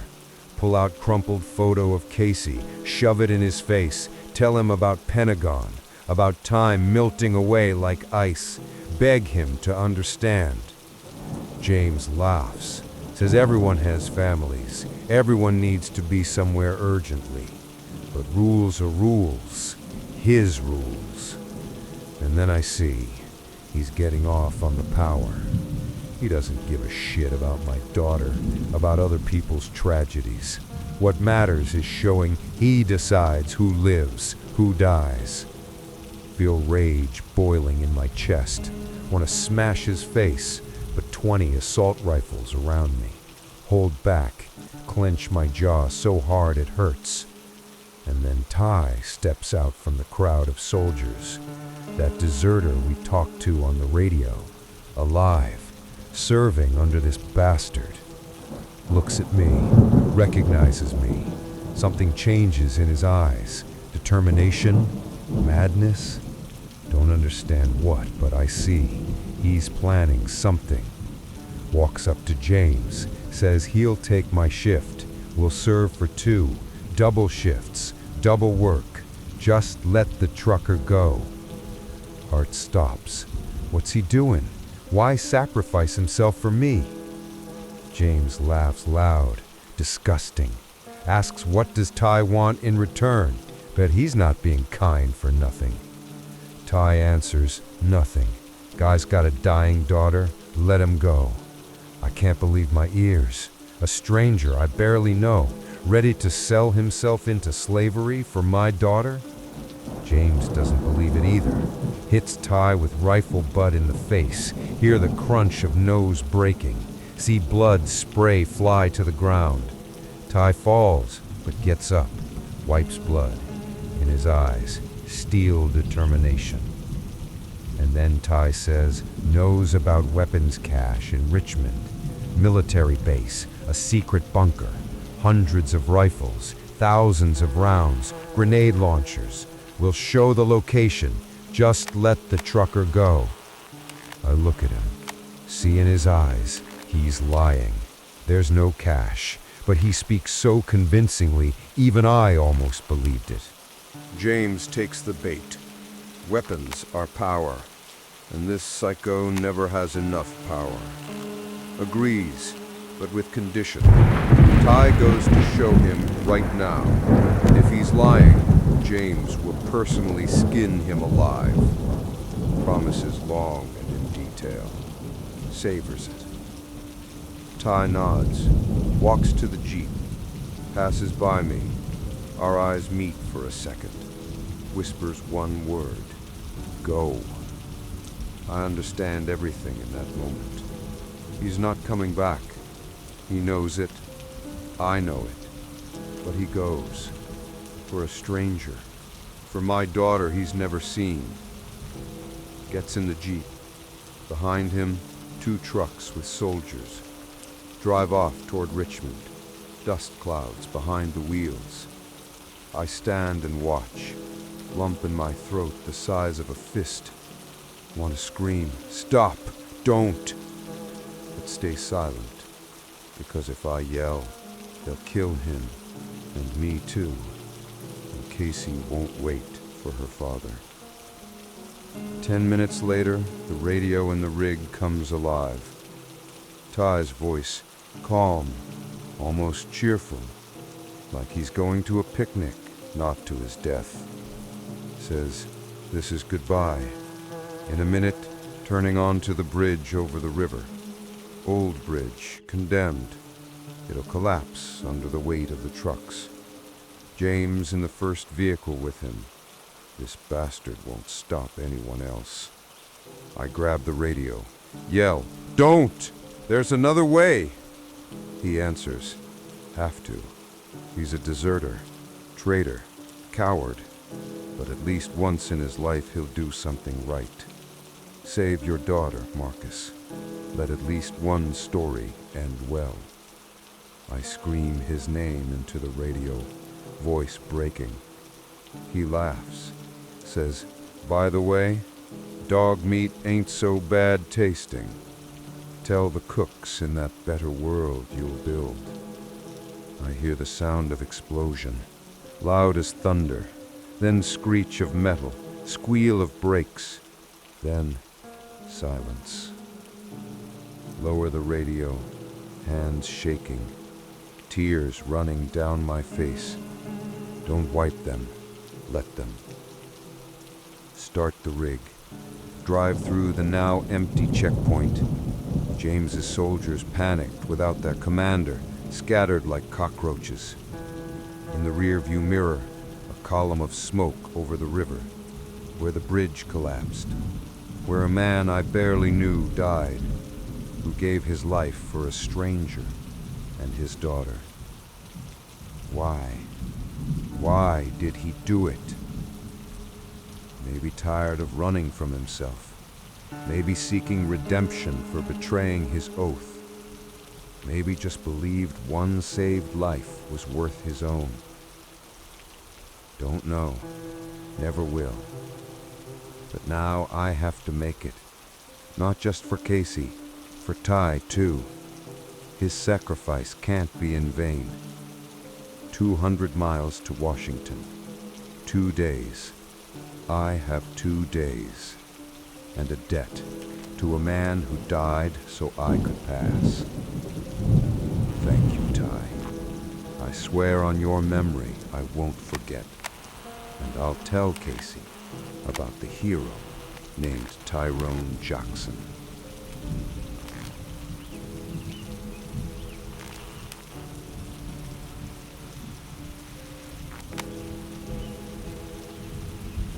Day 12. Washington outskirts.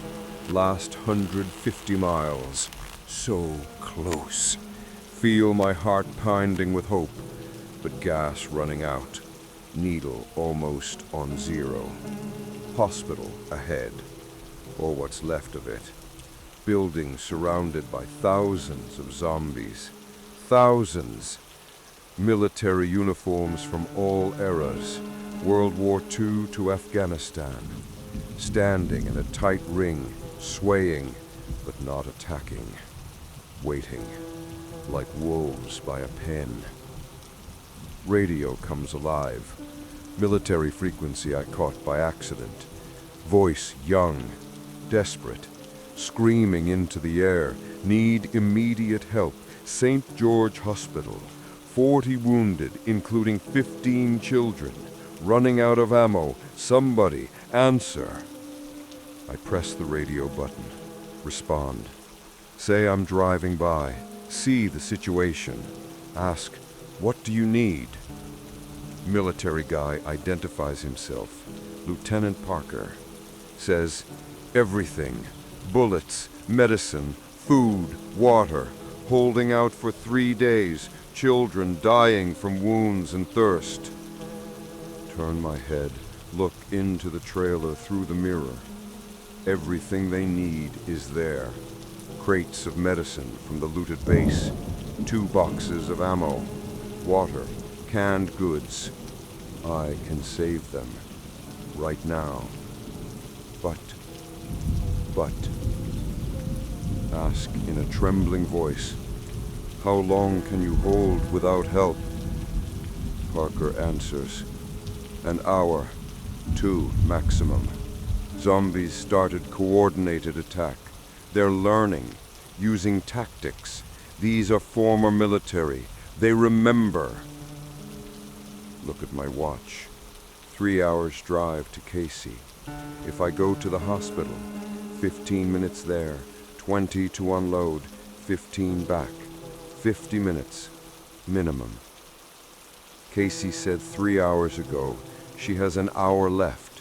2 maximum. Try to find a way out. Ask, are there other vehicles? Can anyone else help? Parker screams into the radio. You're the only one who answered in 3 days. Please, children dying in our arms. The youngest is 1 year old. 1 year. 1 year. Like that girl with pneumonia who died in my cab, who I didn't save. At that moment, the second radio, Casey's frequency, voice weak, gasping, says, Dad, if you can hear, they broke through into the corridor. I barricaded myself in the far corner of the archive, door holding, but I hear them breaking boards. I might have 30 minutes. Dad, please, come. I hear her gasping. From fear or lack of air, don't know. But I hear she's on the edge. 2 voices, 2 calls for help. 55 people in the hospital, 1 daughter of mine in the Pentagon. The math is simple and monstrous. If I go to the hospital, Casey dies. If I go to Casey, 55 people die, including 15 children, including a 1-year-old infant. Parker continues, describes the children. Casey on the other frequency is silent, conserving air, hiding, or no, don't think about it. Fork in the road ahead, left to the hospital, right to the Pentagon, to my daughter. Hands grip the wheel so hard my fingers turn white. What would a hero do? A hero would save everyone, find a way, but I'm not a hero. I'm a failed father dragging a trail of deaths behind me. What would Ty do? He would sacrifice himself, drive to the hospital, tell his daughter to hang on. But I'm not Ty. I'm a selfish man who chooses his own blood over others. What would Casey say if she knew about this choice? Know the answer. She'd say, save the children, Dad. Save the infant. She's always been better than me. Kinder, more human, more right. But she doesn't know, and I won't tell her. We'll never tell her about this choice. Let her think I was just hurrying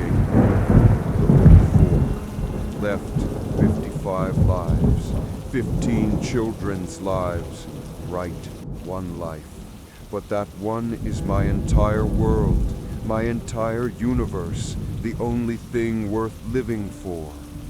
Parker screaming into the radio. Behind his voice I hear gunshots, explosions, crash of breaking doors, children crying, piercing, desperate. Casey on the other frequency whispers, "Dad, I love you.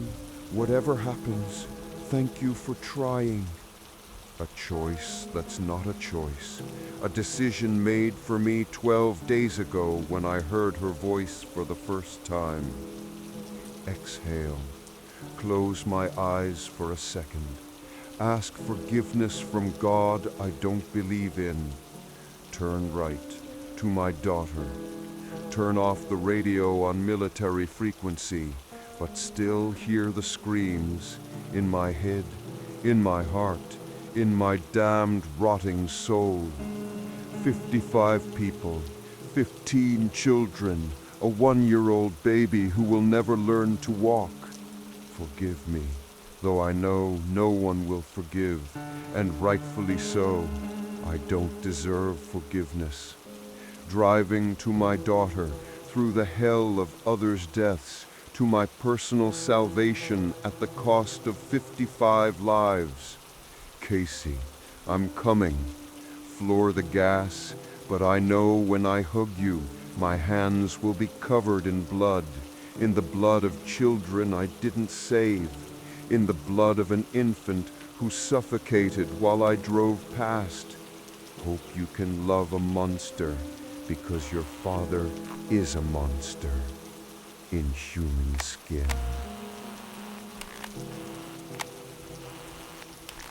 They broke into the archive. I hear their footsteps.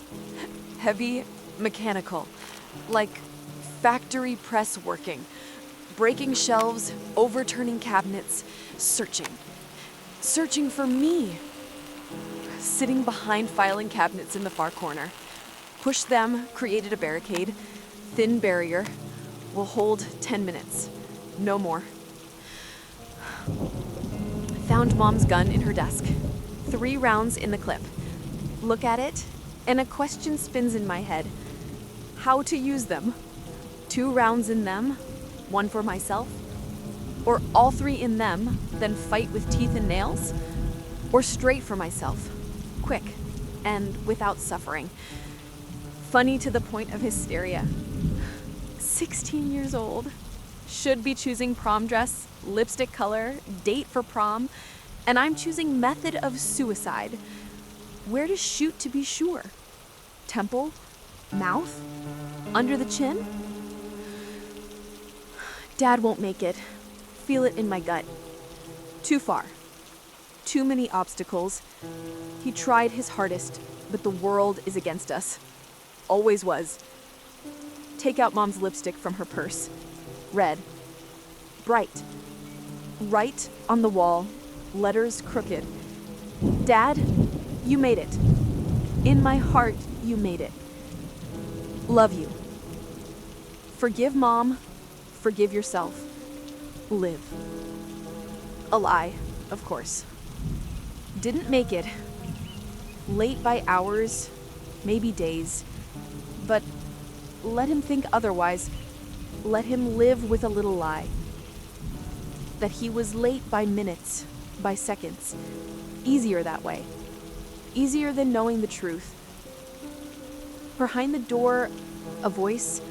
Human voice. No, not human. Mechanical, but with words. Says my name. Says Casey Holloway. Come out. Dad is waiting. I recognize the voice. General Matthews. The one who killed Mom before my eyes. Now dead, but speaking. His chip working. Program reproducing remnants of personality. Continues. Casey. Little Casey. We won't hurt you. Quick. Promise. Lying. Zombies don't make promises. Don't remember what mercy is. This is just bait.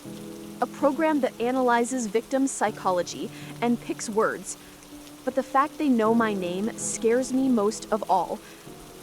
They remember. Or someone is controlling them. Someone seeing through their eyes, hearing through their ears. Reach into pocket. Flash drive with project data. All codes, all secrets. Maybe destroy it. Break it, swallow it so the enemy doesn't get it? Or leave it? What if Dad finds it? What if survivors need it? Don't know. Tired of deciding.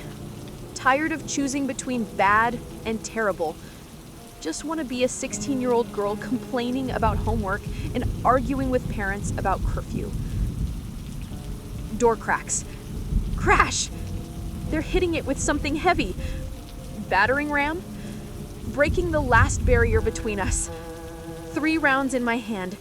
3 chances. 3 seconds until the end. Dad, I really tried to be brave. Held out 12 days in this hell. But I'm just a girl. Ordinary 16-year-old girl who wants her dad. Wants him to hug her and say, "It's okay, baby, I'm here."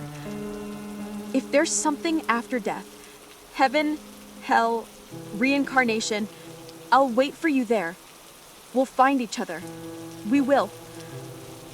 And if there's nothing, if death is just emptiness, then thank you. For driving across half the country, for not giving up, for loving me more than the whole rest of the world. Door falls with a crash. Wood splinters, fragments flying everywhere.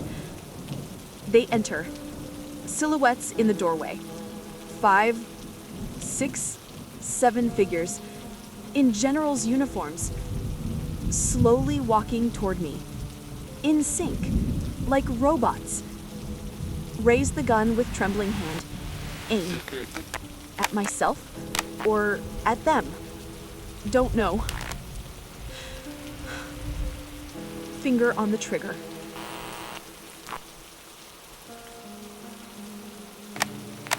Driving, clutching the wheel in a death grip. 10 miles from the fork.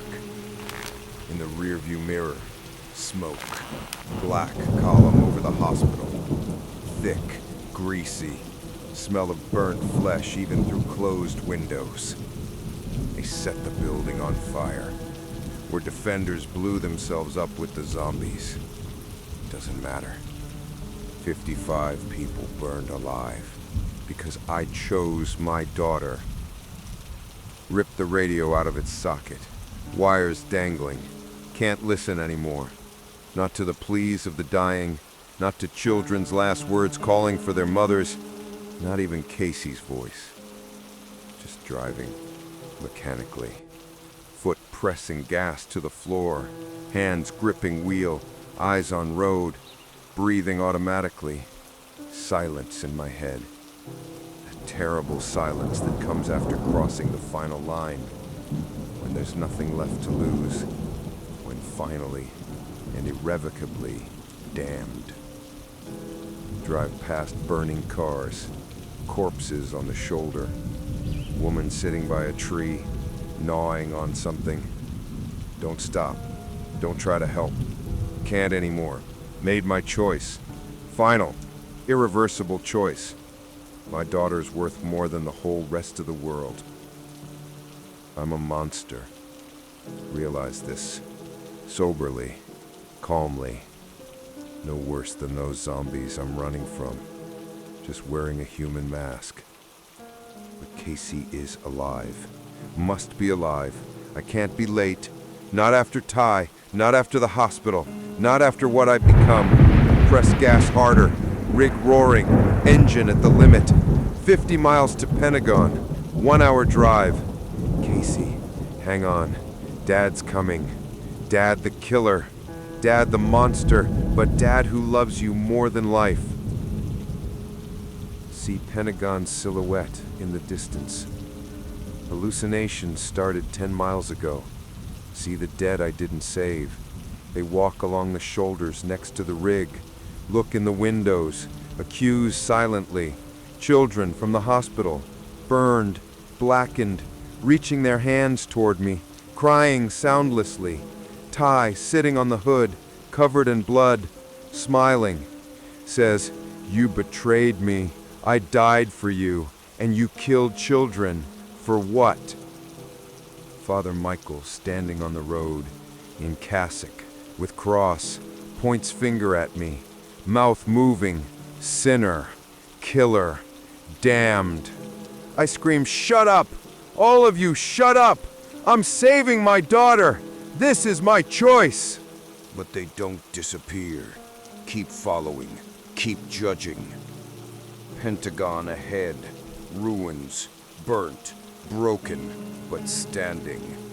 Stop the rig by the entrance. Jump out. Run to the building. Scream. "Casey! Where are you?" Silence. Only wind whistling through broken windows. Run inside. Through corridors. Over corpses. Zombies standing frozen like statues. Don't attack. Just watch. Like waiting for orders. Scream her name until voice breaks. Until lungs burn. Until... Hear it. Faint sound. From below. From the basement. Gunshot. Single gunshot. Heart stops. No, no, not her. Run to the stairs, down, through the darkness, to the archive. Door broken. Inside, chaos. Overturned cabinets, scattered papers, blood on the floor. And in the corner, Casey. Alive. Sitting with gun in hand. Dead zombie at her feet. 1 round fired. 2 left in the clip. She looks at me. Doesn't believe her eyes. Whispers, "Dad?" Run to her. Fall on my knees. Hug her so tight I'm afraid I'll break her. She's alive. My girl is alive. She sobs into my shoulder. Says, "You came. You actually came." Whisper into her hair. "Always, baby. I'll always come for you." Lie, of course. I was late. Could have been too late.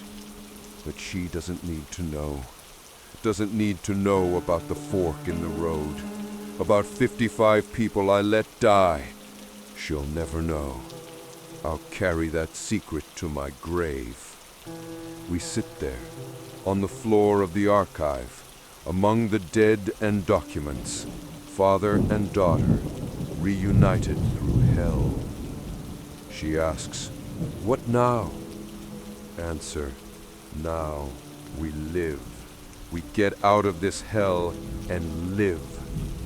She nods, wipes tears, says, "Together, together, always together."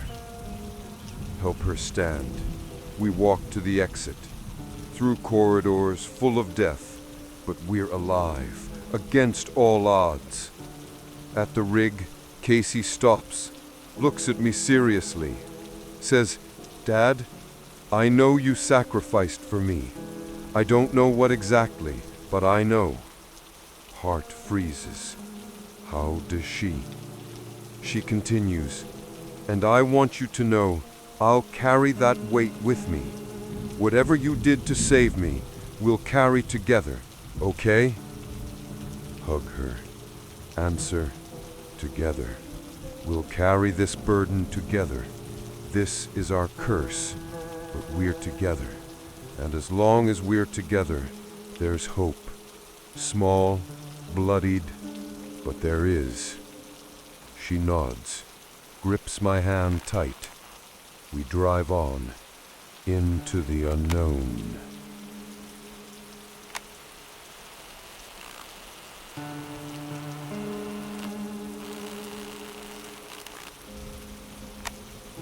We drive past that very hospital.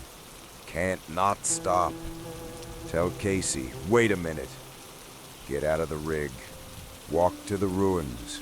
Burned out skeleton of building, black walls, smell of burnt flesh still hanging in the air, nauseating, Swedish.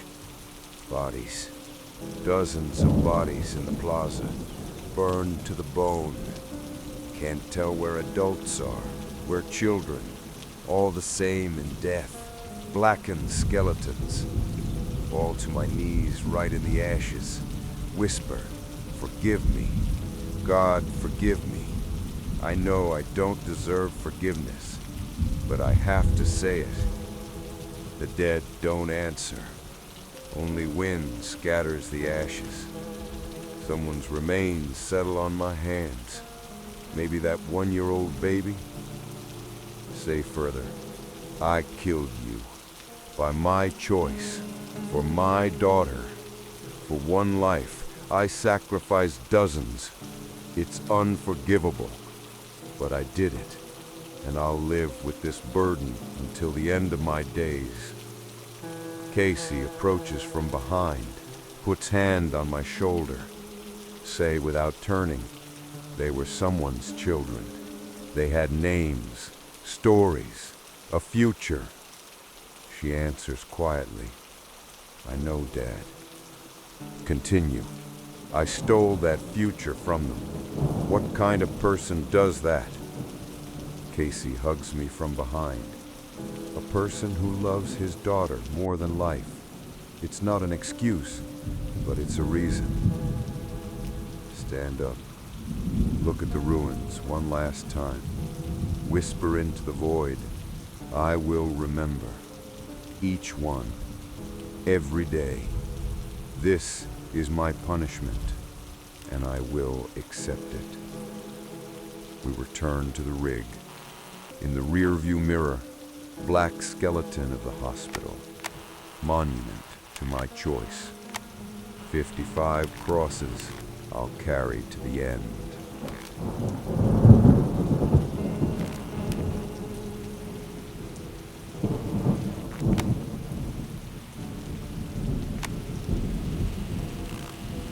Find another flash drive in the backpack, labeled 4K.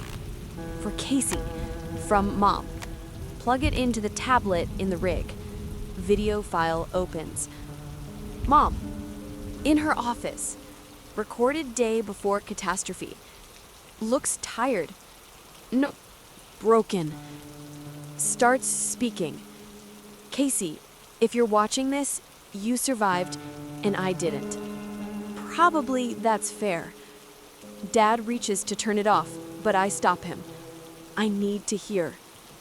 Mom continues, Casey, I know you hate me for separating you from your father, for lies, for this project, for the end of the world I helped create. She wipes tears. Says further, but I want you to know I loved you. In my own way, awkwardly, selfishly, but I loved you. You were the only real thing in my life of lies. Tells about Dad. Marcus is a good man, better than me. I separated you not because he's dangerous. I was afraid he'd tell you the truth about me, about who I was. Asks forgiveness, gives coordinates of shelters, bunkers with supplies in Colorado. And most important, gives Dad's deactivation code. Phoenix Omega. If Chip activates, this code will turn off only his, won't kill. Ends, take care of yourself, Casey. Take care of your father. You deserve life. Life I couldn't give. Forgive me. For everything. Recording cuts off. Dad's silent for a long time. Then says bitterly, she chipped me, but gave deactivation code. He shakes his head. That doesn't cancel. Better late than never. Look at coordinates on screen. Colorado. Fortified bunker in Rocky Mountains. Say, Dad, we have somewhere to go. Have a goal. He looks at screen, nods wearily. 2,000 miles. Through half a dead country. I smile. We'll make it. We already went through hell. He chuckles without joy. That was only the first circle, baby. Maybe. But we have hope. A place where we can start over. And deactivation code. Phoenix Omega. 2 words that can save Dad.